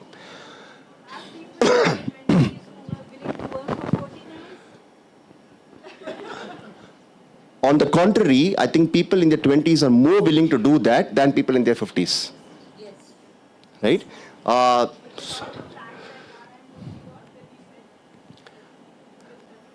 So, like 14 hours is a dramatic exaggeration, right? I'm also... like, it's not every day like 14 hours.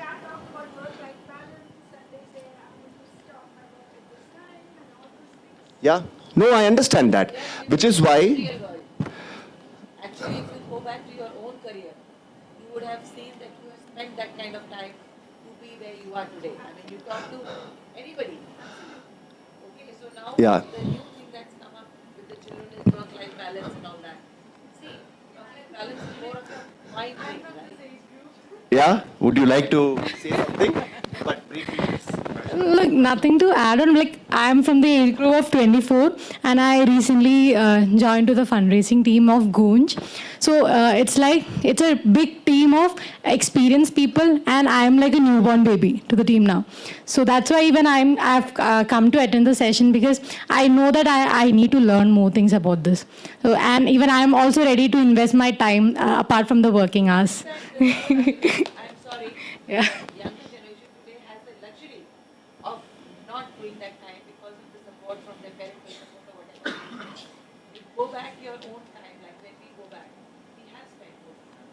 I've also told my team members that even after 8 o'clock or 9 o'clock, I'll just call or mail so that I'll get answers. I really want to commit. Okay, I think both points have their own merit. It's a two different. I mean, I'm not saying you opposed her, but I think there are people who want to have a certain kind of life and lifestyle. Full marks and respect to that. There are people who come from different schools of thought. As long as the expectations are set right. Right? आप पहले ही बोल दो कि आपको क्या चाहिए. If they want to tag along the journey with you, they will. If they don't want, they will not. There are no hard feelings. But I think setting wrong expectations doesn't augur well for downstream effects. That was my limited point, not to stir a debate. Yeah. Not something that happens like that. You have to invest time in building your skill sets. True.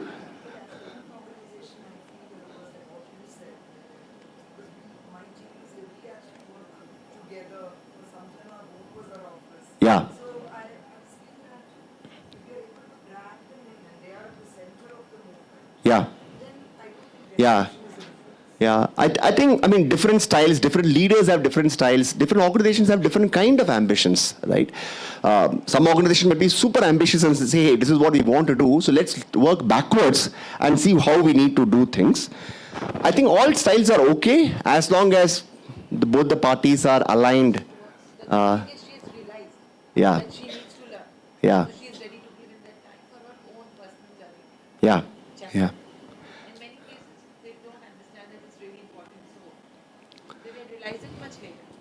Perhaps. I think we will leave the realization to them, ma'am. I just wanted to end by saying, hi, Uttara. Uttara, do you mind coming so that I can save some time? That's all. I'm not being... Yeah, please. Please, go ahead.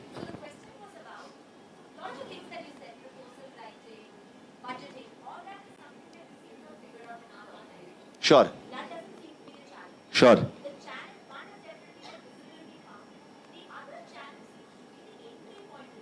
Yeah. Yeah. Yeah. Yeah. Yeah. Sure. So, I wouldn't claim to have a lot of time spent on RFPs. I'm going backwards from your question. I don't think they yield a lot of very good results, not just speaking from personal experience, but also otherwise, right? From informed opinions. It consumes a lot of time, but perhaps doesn't materially result in much, right? Now, how do you get an entry? How do you open a door, etc.? Particularly in the CSR ecosystem. I think here, without getting operational about it, the strategy being nothing new, particularly, I think, Uttara, you must have heard this a million times, but execution, right? Not on you, but I'm just gently saying. Some people come with when I say people, founders, or the fundraising heads of the organizations or the team members. In some organizations, they may come with a Rolodex of saying, hey, I know some senior people in CSR, I will get an informal entry into them and then we'll see what happens. Some people may have the privilege, luxury, and visiting cards to write emails to. Some of us may not, right? Now, in that case, from a strategy standpoint, I think it becomes very important to have board members or people who are part of a governance structure, whether you call them legal board, advisory committee, you can play with the language. But people who are your well-wishers, perhaps from the SVP community here, with an explicit expectation setting to them that I expect you in your role to be writing emails, right? Sometimes this expectation is well set. In my own limited experience, 99% of the times this expectation is not set. Then people struggle to manage this expectation, saying that, yaar, aap to email nahi likh rahe ho. I want you to write emails. Aapne pucha kabhi? Email likhna hai, boss. Like being specific, I remember having conversations with some people. In a quarter, I expect you to write X number of emails. This is my OKR to you. Right? Make it very, very clear. And if they are genuinely your well-wishers and they wish well for your organization, you should have that kind of relationship to seek out and demand. Right? There's nothing wrong in it. Otherwise, perhaps the marriage itself was not very healthy. Right? If you're not able to have that kind of equation, then maybe there are other challenges. But as a governing member of the organization, I think this expectation is a very fair expectation. Right? So this is what I mean is opening a door, right? I know a CXO level member in a corporate in Deutsche Bank, HSBC, HDFC, HCL Foundation, blah, blah, blah. I will write my email. Like there are also people who know people, but they are uncomfortable writing emails, right? So I'm talking about a combination of people who can open doors in a few organizations. Plus they will also write the emails. Knowing is not good enough, right? Putting pen to paper is more important. Now within that, how do you choose the person if you believe, right? For example, I believe that in my own experience of playing around, banks, financial services, right? This sector, there is a certain sweet spot that I have. When I say sweet spot, my relatability to these kind of sectors is slightly higher than perhaps talking to a paper manufacturer, chemicals manufacturer, oil and gas company. Different organizations have this different feel. If you already know what your sweet spot is in corporates, you may want to actually bring on board a person from that sector, because that person is likely to know more people in their fraternity. A banker will know more bankers. All right. A person who has spent a lot of time in the chemicals industry, how can you expect him to know the vice president of HDFC Bank or HSBC Bank? It's unlikely. So sniper hunting and sharp shooting of saying, who do you want, and just going after it. This is like getting your first 100 customers on your product. वो हमेशा हासिल होता है. First 100 customers are always a fight, right? It's just hustling and running around crazily. But if you're able to get the first 100 customers, the right customers, which is the product market fit, as they say in the corporate world, for your organization, for your kind of work, who do you believe are the right kind of funders? You will fail a lot initially, maybe, but if you're able to figure that out quickly and really focus and stay focused on that without getting distracted, then I think corporate fundraising door opening from the top is very, very possible. All right. Now, this also you may have heard from others. I also believe, speaking to this group particularly, keeping in mind the budgets of most of the organizations sitting here, where the growth is not steep. Right? Every year is an incremental growth by a few lakhs or by a few crores. I also think that a lot of corporates in India who have not yet begun their CSR journey or in the nascent stages of their CSR decision making are also a very good audience to go in early on, right? Because your budgets are not very high, their CSR budgets also will not be very high, right? After all, it's 2%. So 2% of their profits is what is your CSR budget. If you're able to go to them early on, they are also informing of what should I do CSR, how should I do CSR in. If you plug yourself in as an early partner, no corporate discontinues their relationship with their non-profit partners very, very rarely. Unless or until there are cases of ethical or financial misappropriation, I've hardly seen a corporate saying that I want to discontinue my association with you. Hardly. All right. No. On the choice of the partner, Uttara, on the choice of the NGO, if an organization has been working with Buzz Women for the last 15 years or last 7 years, unless and until in case of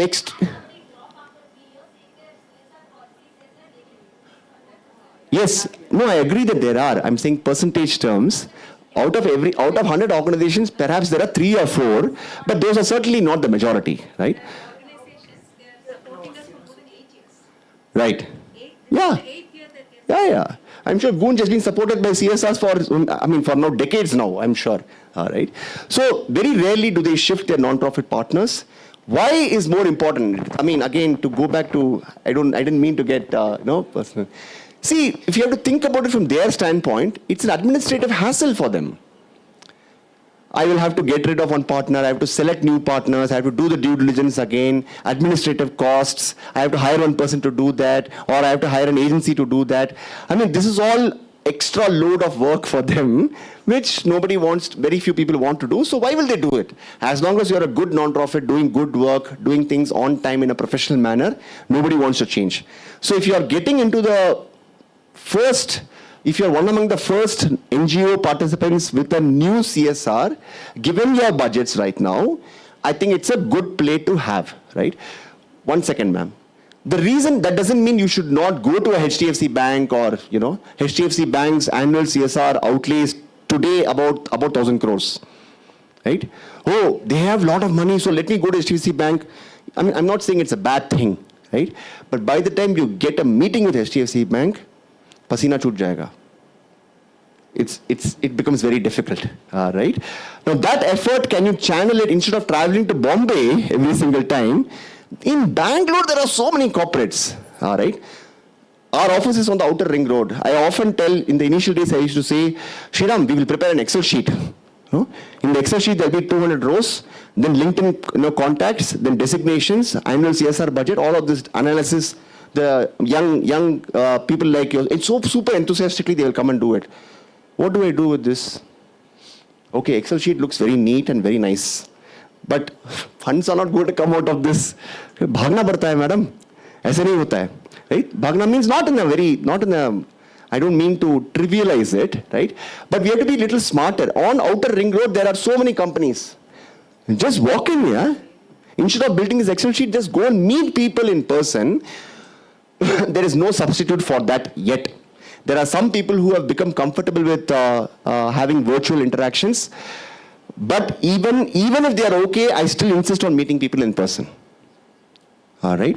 Again, they are not, sorry, please. Just curious to know, so an NGO, in the first 3 years, when do you really start working with corporates for the CSR, How does that get started? So, yeah. So as a 3-year-old non-profit, 3 years of audited financial statements is what you need before you become eligible for CSR funding. Not 3 calendar years. I'm sure you know that. Right? When you have finished your second audited financial year, you should start looking out for corporates. Because by the time you finish 3, you will become eligible, then you can absorb that funding from the 4th year onwards. Not wait until the end of the 3 years, but begin the process at the end of the 2nd year. Even in that, let's say the year starts from April to March, right? I'm talking about financial year, April to March. Yes. From an approach standpoint, between April to October is when the approach work has to happen with a lot of intensity. Right? Because from October onwards, October to March, most people have already made their decisions. Most people, there are always exceptions. Most people have already made their decisions.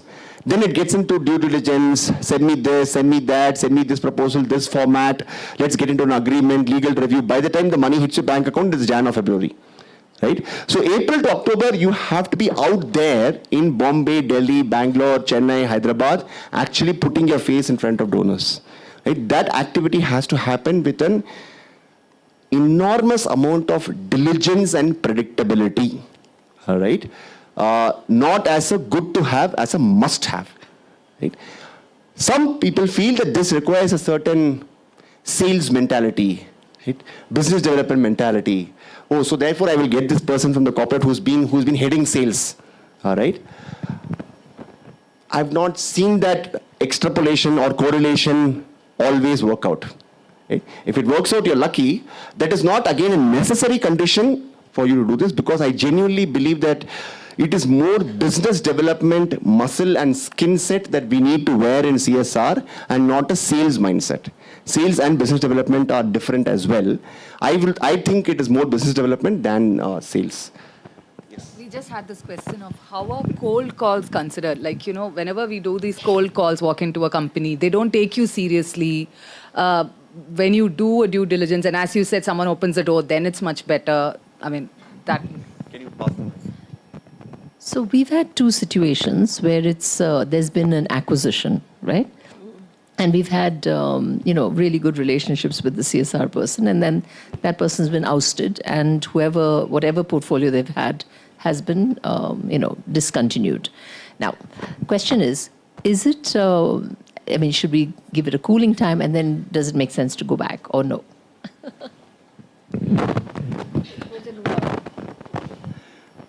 Very, very difficult to answer that level of specificity without understanding the context and the nuances that may apply to you, right? So I don't have a straight answer for what you're asking, right? Because there needs to be more that I need to understand to be relevant, all right? To your point on I think all the effort that goes into cold calling, trying to get a meeting without any introductions, like I said before, I think if that amount of time can be diverted into actually getting a good board member on board and working with that board member or advisory board member to open those doors, I feel it is far more productive. All right. The ROI on that effort, cold calling, cold email, is going to be much lesser when compared to the other alternative that exists. I'm not saying that is the only alternative. That's one. Second, the person, as much as 100% dependency on that is also not very healthy. All right? Or I will wait for this person to write emails is not always the right thing to have. As an organization, again, the fundamentals don't change, but I think, personally, I think I've spent time with about close to 200 non-profit organizations, particularly during COVID, pre and post-COVID, by actually going into their processes, documents, proposals, Excel sheet kholo, mujhe dikhao ki aap kya bhej rahe ho. When I get into the details, as they say, the devil always is in the details, all right, that's where things start to crack down. Right?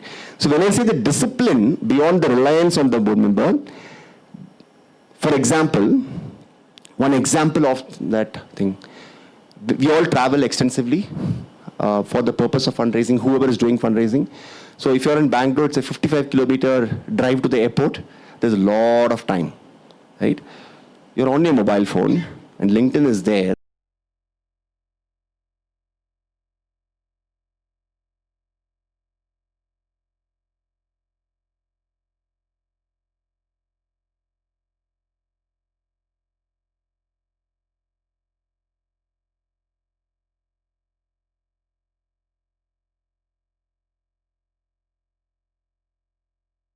But I took the liberty, wore a very thick buffalo skin, and indiscriminately added people from the CSR community. Why should I stop myself? If they want to accept, they will accept. If they don't want to accept, they will not accept. That's their prerogative, right? But nothing is stopping me from doing that. And the moment I saw a green dot against someone, I will leave them a message then and there. What ends up happening as an observation many times, and this is not to villainize anybody, is, oh, I have made a note of this name.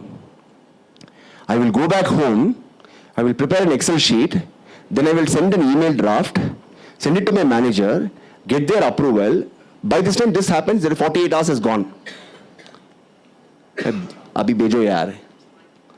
Send it now, right? There's no auspicious time for doing any of these things, right? Just do it then, right? Nothing will happen, right?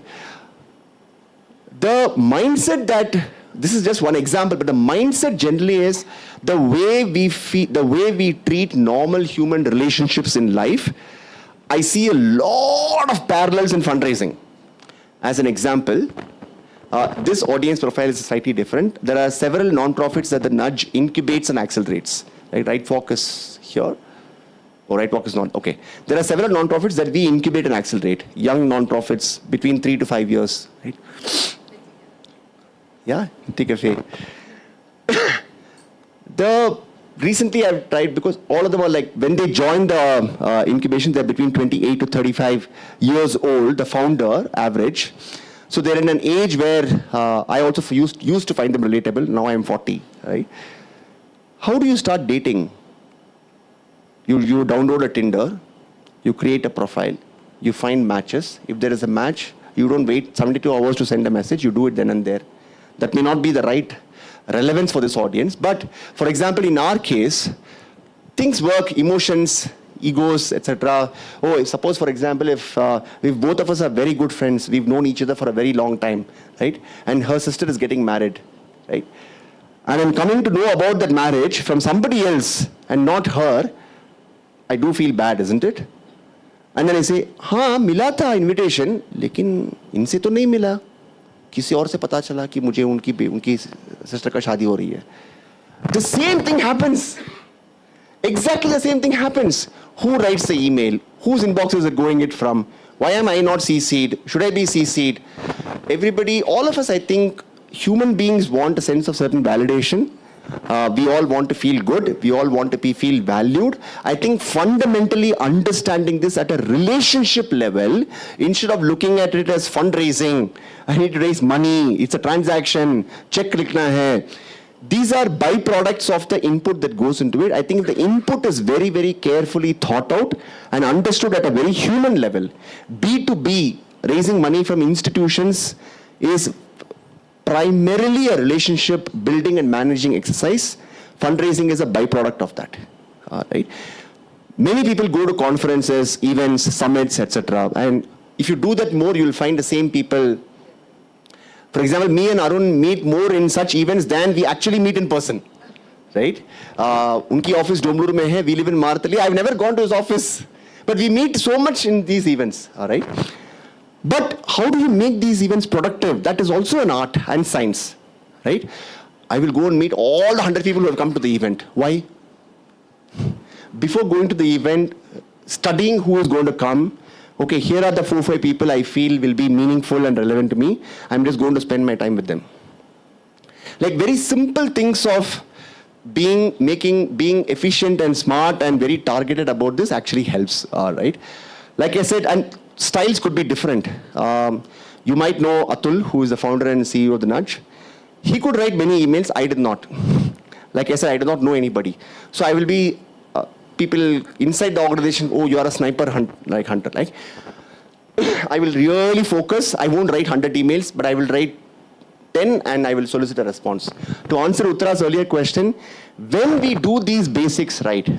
So get a board member, work very closely with them, very systematically, surgically, with a lot of predictability. It's a routine, right? Every day if you're getting up at morning, 7 o'clock yoga, it is like that. Like a military discipline. If you do that, the conversion rate, just to go back and answer your question, Uttara, is at least what I have seen is 64%. What that means is, if I'm putting my face in front of donors 100 times in a year, 64 of them end up closing. But who is the 100 that you want to speak to? How do you get to those 100? A lot of this is preparatory work. If you actually meet the relevant people, you can make it happen. The other thing is, not everybody in your team has to be speaking to the donors. There are a few people who are very good at that, who can carry the message and with conviction. And I'm not going to use the word passion. It's very redundant. If all of us are not passionate, we will not be sitting in this room today, right? So that's a given, right? That we are all passionate about the problem that we want to solve for. 2 more things that has worked really well is from conviction and authenticity, right? Can I trust this? How many of your new donors or existing donors have actually come and seen your work? Please, percentage terms. If you have 10 donors, what percentage of them have come and seen your work on the ground? Any answers? All donors have come and seen your work at least once. Okay? Not your retail fundraising people. Okay. What about others? I would like to think that is an exception and certainly not a norm. You've done a great job in that sense.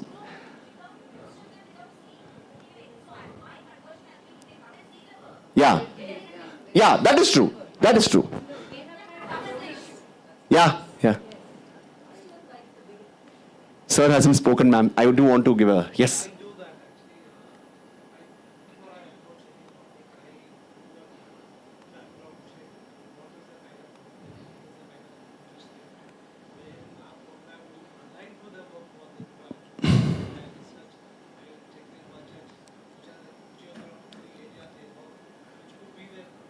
Yeah.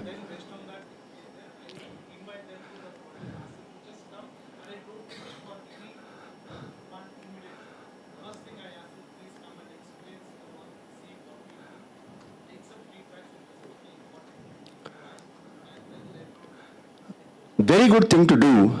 Right? I will also want to add, because you're already doing it, right? The amount of time spent on academic research, when I say academic research, I'm pointing to the example of people filling out Excel sheets with all the details. I would cut it out. Right? Too much research, with all due respect, sir, too much research is also counterproductive. Right? Because if you go to most corporates and look at their CSR policy document on the website, it will say education, environment, empowerment. You all agree? Right? Or something to that effect. Maybe one of these 3 E's of CSR or 5 C's of corporate social responsibility. Right? But not everything has to necessarily subscribe to that principle. Because in education you can have 1,000 problem statements. Are you a CSR that is supporting infrastructure build out by supporting building of schools, etc.? Or are you investing in developing the capacity of teachers to deliver their curriculums better? Are you developing in an online sort of solution, reaching, like what do you do in education? We don't know this. We don't know what we don't know. And the only way to know is go and talk to them in person, or when they come and see your programs. Getting them is difficult, I understand that, but persistence, there's no other real option. There also, who is calling them? Is it is it just a one donor coming and visiting, or are you able to convince 3 or 4 donors to travel together?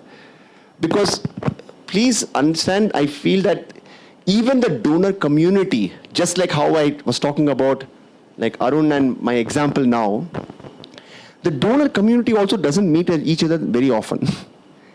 So when they also participate in such events, in CSR summits and such events, that is the only time they also talk to each other, right? It's a chance for them to do speed dating and networking.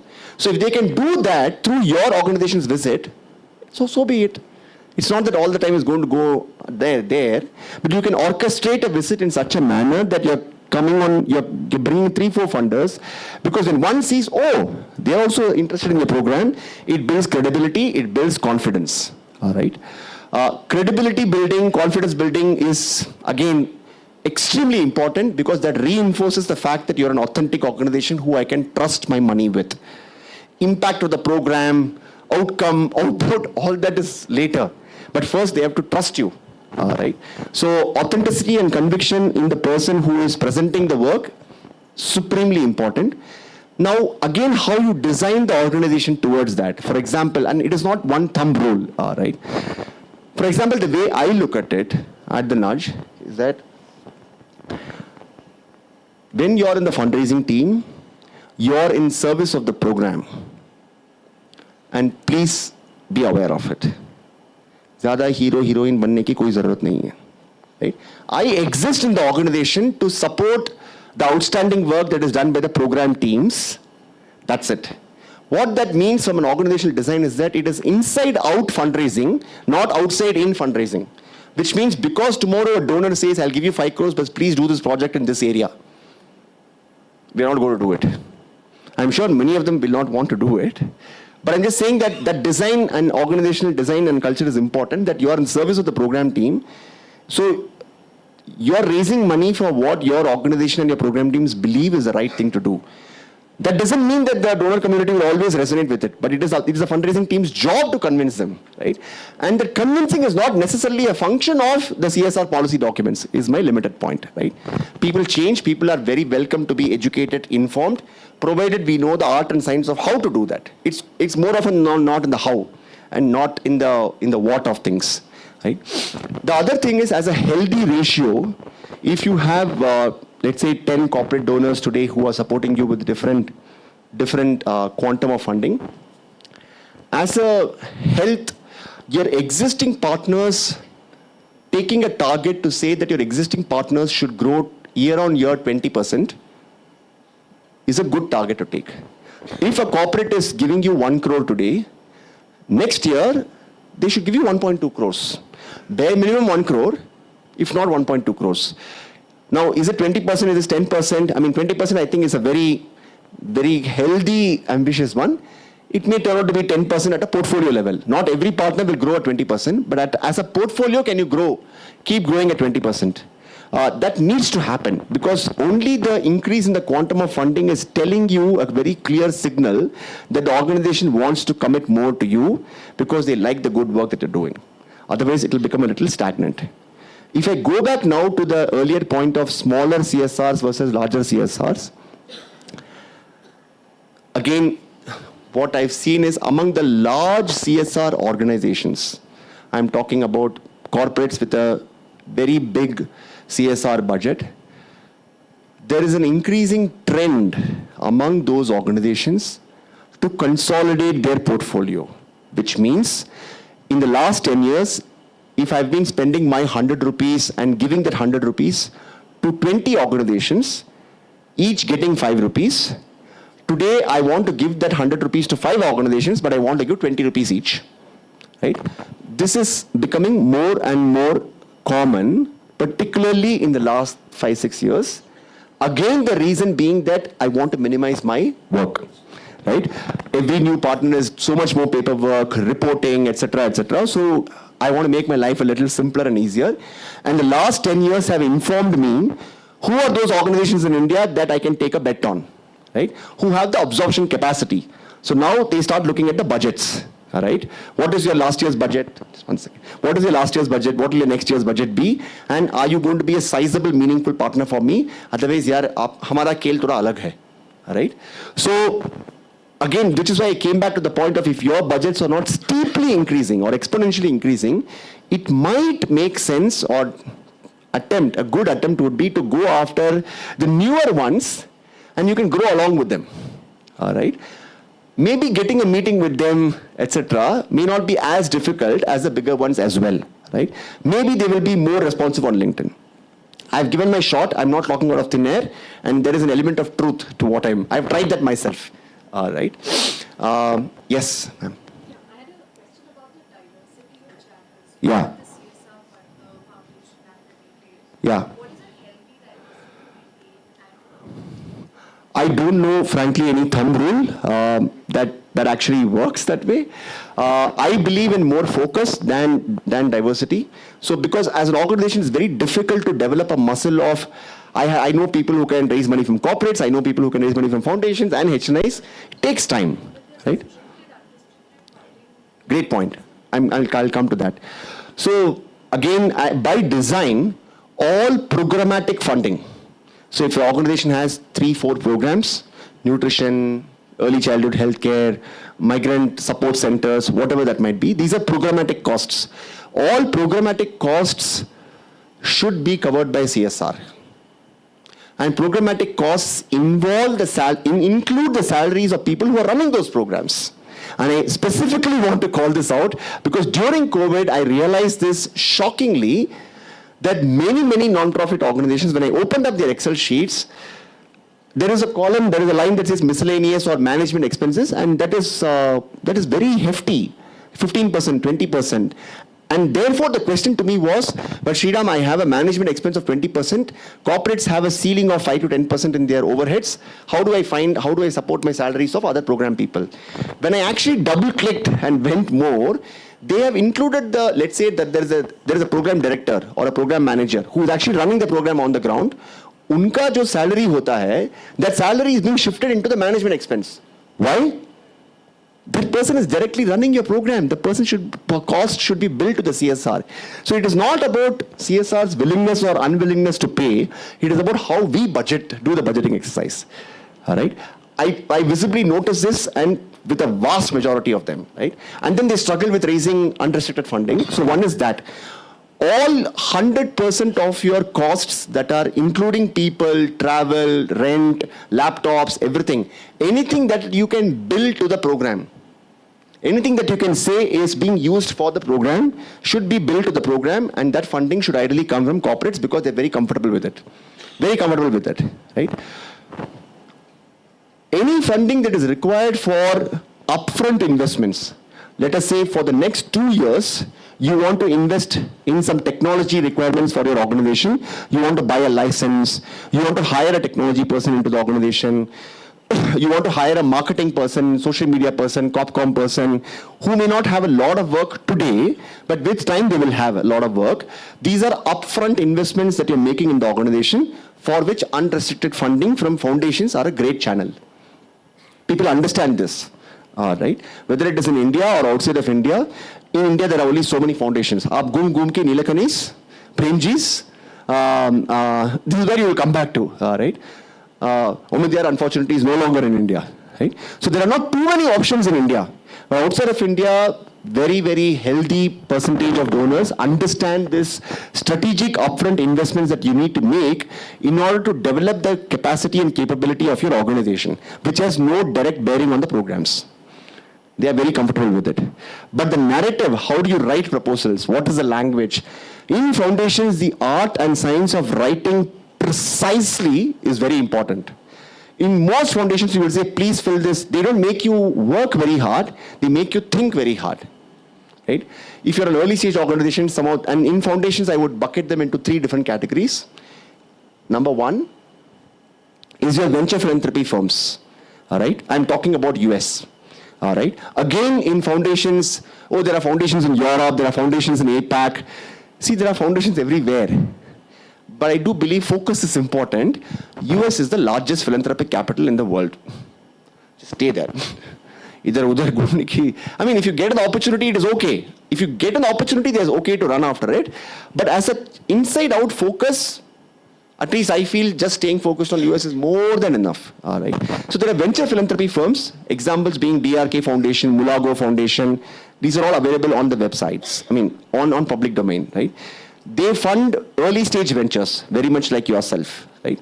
So organizations which are 0 to 5 years old, that is their portfolio, typically. Then there is mid-tier, right? Mid-tier will include, some examples will include Fossil Foundation, H&M Foundation, Ripple Works, LGT Venture Philanthropy, many such organizations, which will fund about, let us say, $500,000 to $1 million. Right? The early stage venture philanthropy will fund between $100,000 to $300,000. Right? Like $100,000 per year for 3 years, or it will be $100,000 in year 1, then next year you can ask for more, etc. So, and then there are your big people, big guns, right? Which is Bill and Melinda Gates, right? Rockefeller, Skoll Foundation, they are very big. And then there are the really big ones, which is Co-Impact, in the Audacious Project. These are like $40 million, $100 million grants, very, very big. There are these 4, but most of these foundations, in my experience, there is not a lot of hard work, which means too much proposals, too many Google Docs, multiple iterations, no. But they make you write less, but they make you think very hard, right? Tell me in 200 words what you're trying to do. Now, in the 200 words, typically people start writing. In India, 47%, so pata hai yaar. Please come to the point of what are you doing. Right? Too much out of the 200 words, 75 words get consumed in the problem, and the remaining last 75 words you're scrambling to articulate a solution. The art of writing precisely, coming to the point, brevity. मेरे पास 40 seconds है, बताओ आप क्या कर रहे हो? And it's tough. I understand it is tough. Like I've lived that a lot. But the more and more you sharpen your pitch, the more and more you cut out the fat and come to the point. The same thing applies to the government. You go and meet the NRLM Joint Secretary. I can tell you the first time that I went and this is very common with many bureaucrats. Right? You walk in, you sit, you have 10 minutes, Shriram, arrive at the point. This is the first line that is told. Right? Na aapka naam se, naam, pata, kis you have 10 minutes, come to the point. Right? So what do you say in 10 minutes? And if you are a Sriram Venkatraman, sorry, if you're no, not the right example. If you're a, let us say, John Paul, and you're talking to the mission director of Uttar Pradesh, State Rural Livelihood Mission, and you're from Madurai, who cannot speak Hindi to save your life, but you have to tell what you have to tell in 2 minutes. Preparation hota hai. And this is a real example, by the way. I didn't make it up. Right? This is a real person from Madurai who speaks in Tamil, is not very fluent in Hindi, but has a 7-minute time slot with the UP SRLM SMT to make what you have to say. Right? Literally in front of the mirror and him, we wrote the script in Hindi. He memorized it, practiced it once in front of me, and then he went. Multiple times this happened before he actually went to the meeting. So, foundations, I think, brevity, precision, extremely sharp writing and articulation is very important. Both in foundations and corporates, I also feel response times. Like, again, one of the most important learnings in the last certain years. And there's a reason, right? It's not always about, oh, we should do this as a prescription. I also want to talk about the why. Why? Because, again, there are so many NGOs who are writing to the same people. And when they respond to somebody, whoever responds first, sometimes it is the fastest finger first. Like, Kaun Banega Crorepati. Right? I asked for something, you gave me a response, and the response came quickly. So I'm going to go and further indulge in your conversation, right? And if somebody is late, then they lose the plot. Right? So response time, particularly extremely important in HNIs and UHNIs. right?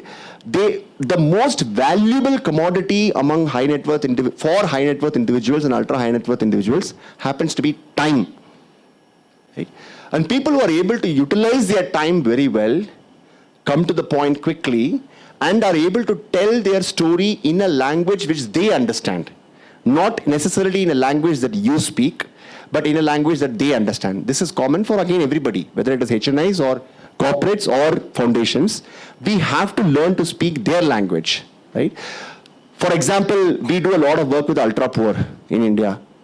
So if somebody says skilling, ultimately, okay, we are doing upskilling of women in Jharkhand, etc., to do. If they want you to say upskilling, hey, I'm not compromising on my program design. By saying this, I'm not changing any of our work that I'm doing, but it is a certain language that they understand, which makes their job easier when they go and present these proposals to their managers. Right? There is a CSR head, then they have a boss, they will have a CSR committee. The CSR committee reports to the board. CSR committees meets once in 3 months or once in 6 months. They meet for 1 hour. In that 1 hour, there are 47 proposals that need to be scrutinized. They will say, please come and present 5 minutes. You have 5 minutes per organization. Then one day before the presentation, the CSR person will write to you saying that, can you please fill the project proposal in this one slide and give it to me? That email will come to you at 3:15 p.m.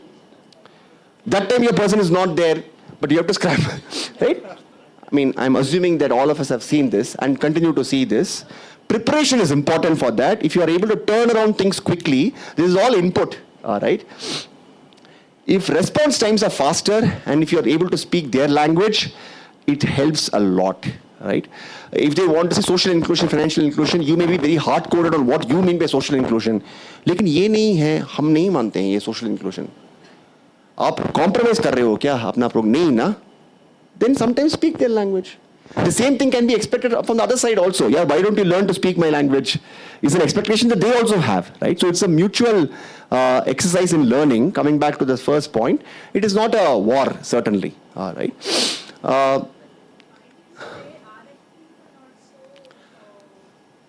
Perhaps in all humility, ma'am, let me admit it, I have not had much success. Let me not pass it as a sweeping generalization. I've given it my fair shot, all right? Ultimately, what happens also is that, yes, sometimes there is a process and protocol that needs to be followed. And therefore, RFPs are issued, right? It's like saying your finance teams, this will be fun. How many of your finance heads will say, आप ना ये printer खरीदने के लिए तीन quotation लेके आओ? Do all of you follow that process all the time? Do all of you follow that process all the time? Oh, then you are very different people from me. Boss, sometimes it has to happen. I mean, sometimes, right, when you want to do things, I'm being very practical here. Sometimes hustle करके चलो यार छुट्टा पीते हैं यार कर लो यार ये मतलब क्या है 3 quotations thing. Sometimes you have to happen. So ultimately, I feel RFPs sometimes are also the decision makers, right? When you do not know who are the non-profits, when you do not know where to invest, it always will come somewhere from the top saying the chairman knows this area, this school needs to be built, please go and help this NGO. Or somebody in the system has a point of view in the CSR committee or in the independent committee, wherever it is. Decisions get made there, you will not even come to know about it.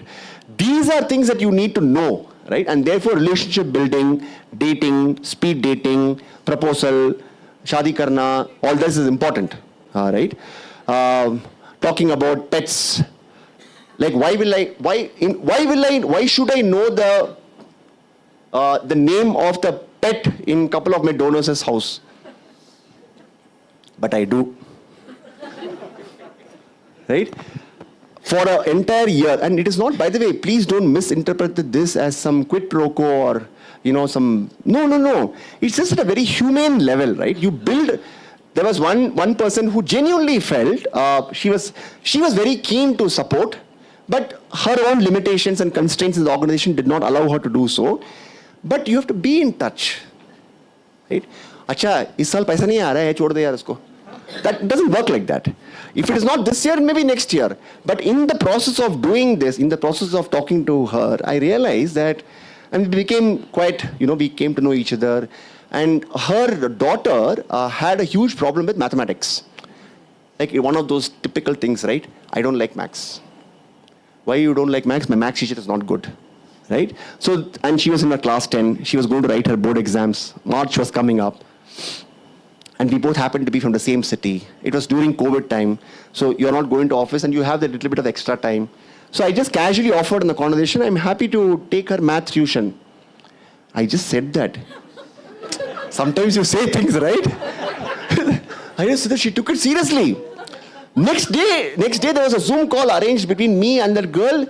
Uncle, tumko maths sikhayenge for the next 6 months. And I did. Right? Yeah, of course it converted. I mean, I should not be arrogant, but the point of, it was not with an expectation of conversion, right? You're just building relationships with people, right? Not with any expectation, but these are genuine, sincere, interpersonal, human efforts to build relationships, right? You have to go the extra mile, and you'll be surprised that sometimes they go the extra mile as well.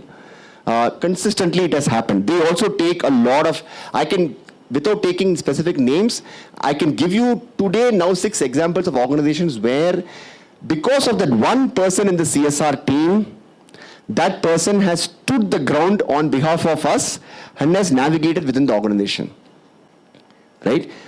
Basically, if there is a mediator between us and the corporate, this person was a champion advocate. But for this person to become a champion advocate, they need to be convinced about the program and everything as much as you are. Right? You have to build the conviction, build that authenticity. I have seen people actually, putting up their front for us. We didn't have to do much of the talking. They did most of the talking. Right? SVP partners have done that in the initial stages for us.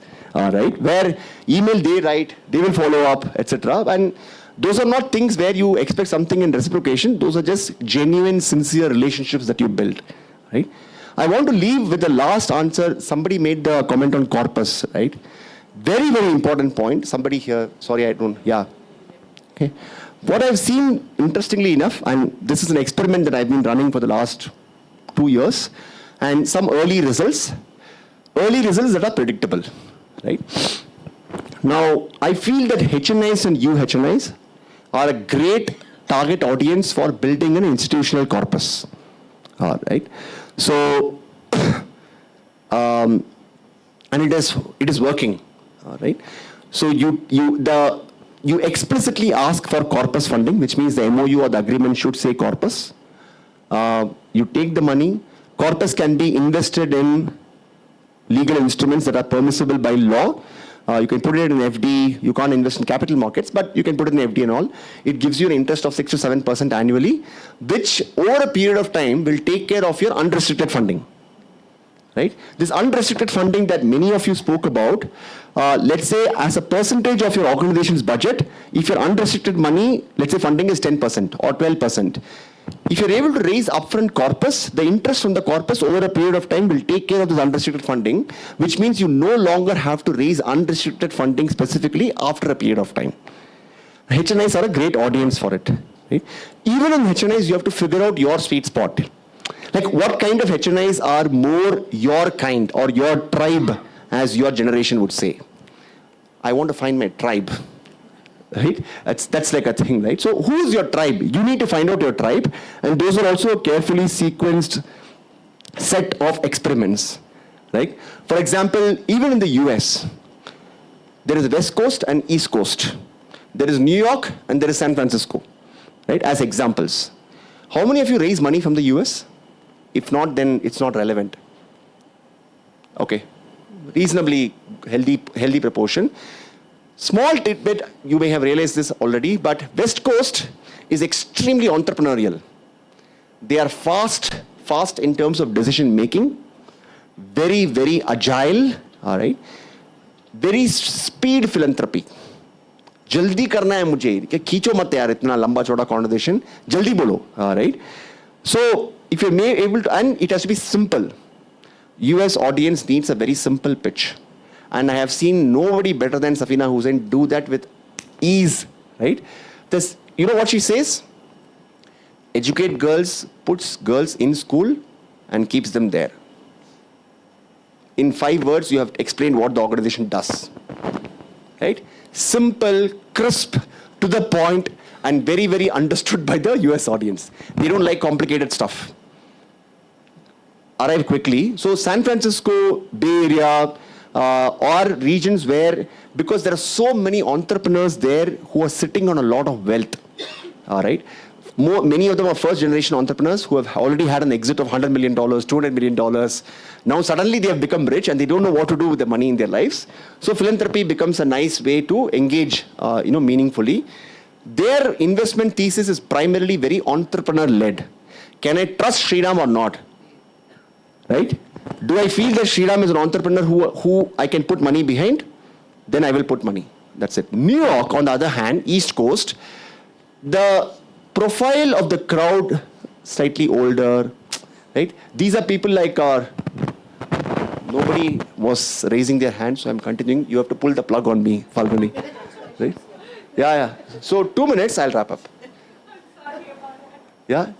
So New York, for example, in the East Coast are a lot of diversity.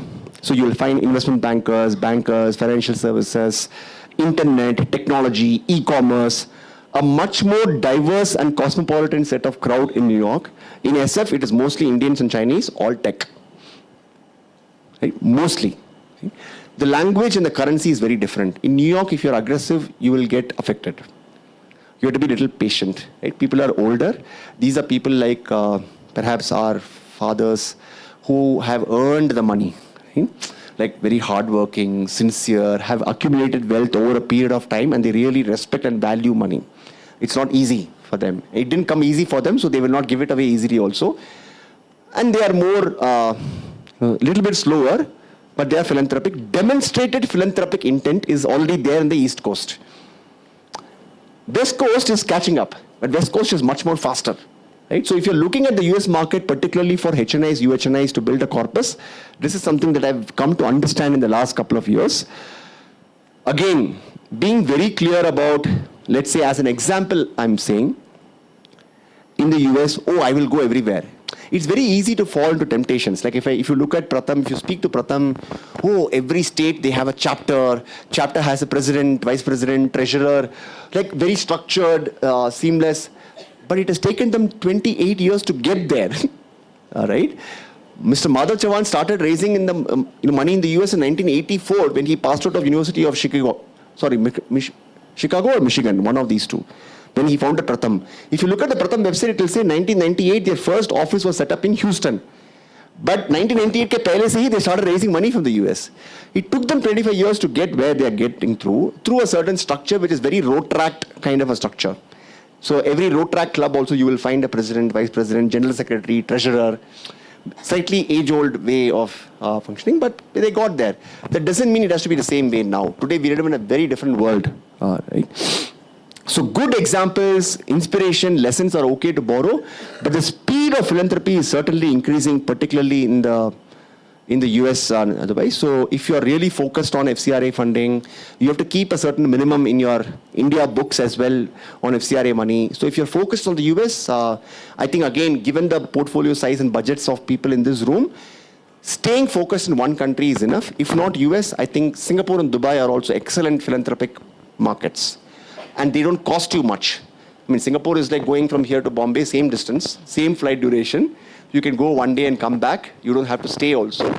The flight tickets have become very, very affordable. So Singapore and Dubai, from a proximity standpoint, are also very good if you don't want to do the long haul in the US. But if you are really looking to raise significant money, again, staying focused on one region is good, rather than spreading yourself too thin, as is the case everywhere. All right. So I'll sort of pause and wrap it up by now. All of you must be hungry, but I'm going to be here for the rest of the day as well. So if we can catch up anywhere outside, I'm happy to spend some time. But thank you so much for the patience. Yeah. And if there are any comments that may have been made provocately, so please excuse me. It was just in a genuine interest to add value and nothing else. Thank you. Yeah, I would like to thank Sriram on behalf of SVP for the wonderful session. I think it was very practical, very interactive. As he said, he is available the whole day for you to ask questions. Thank you so much, Sriram.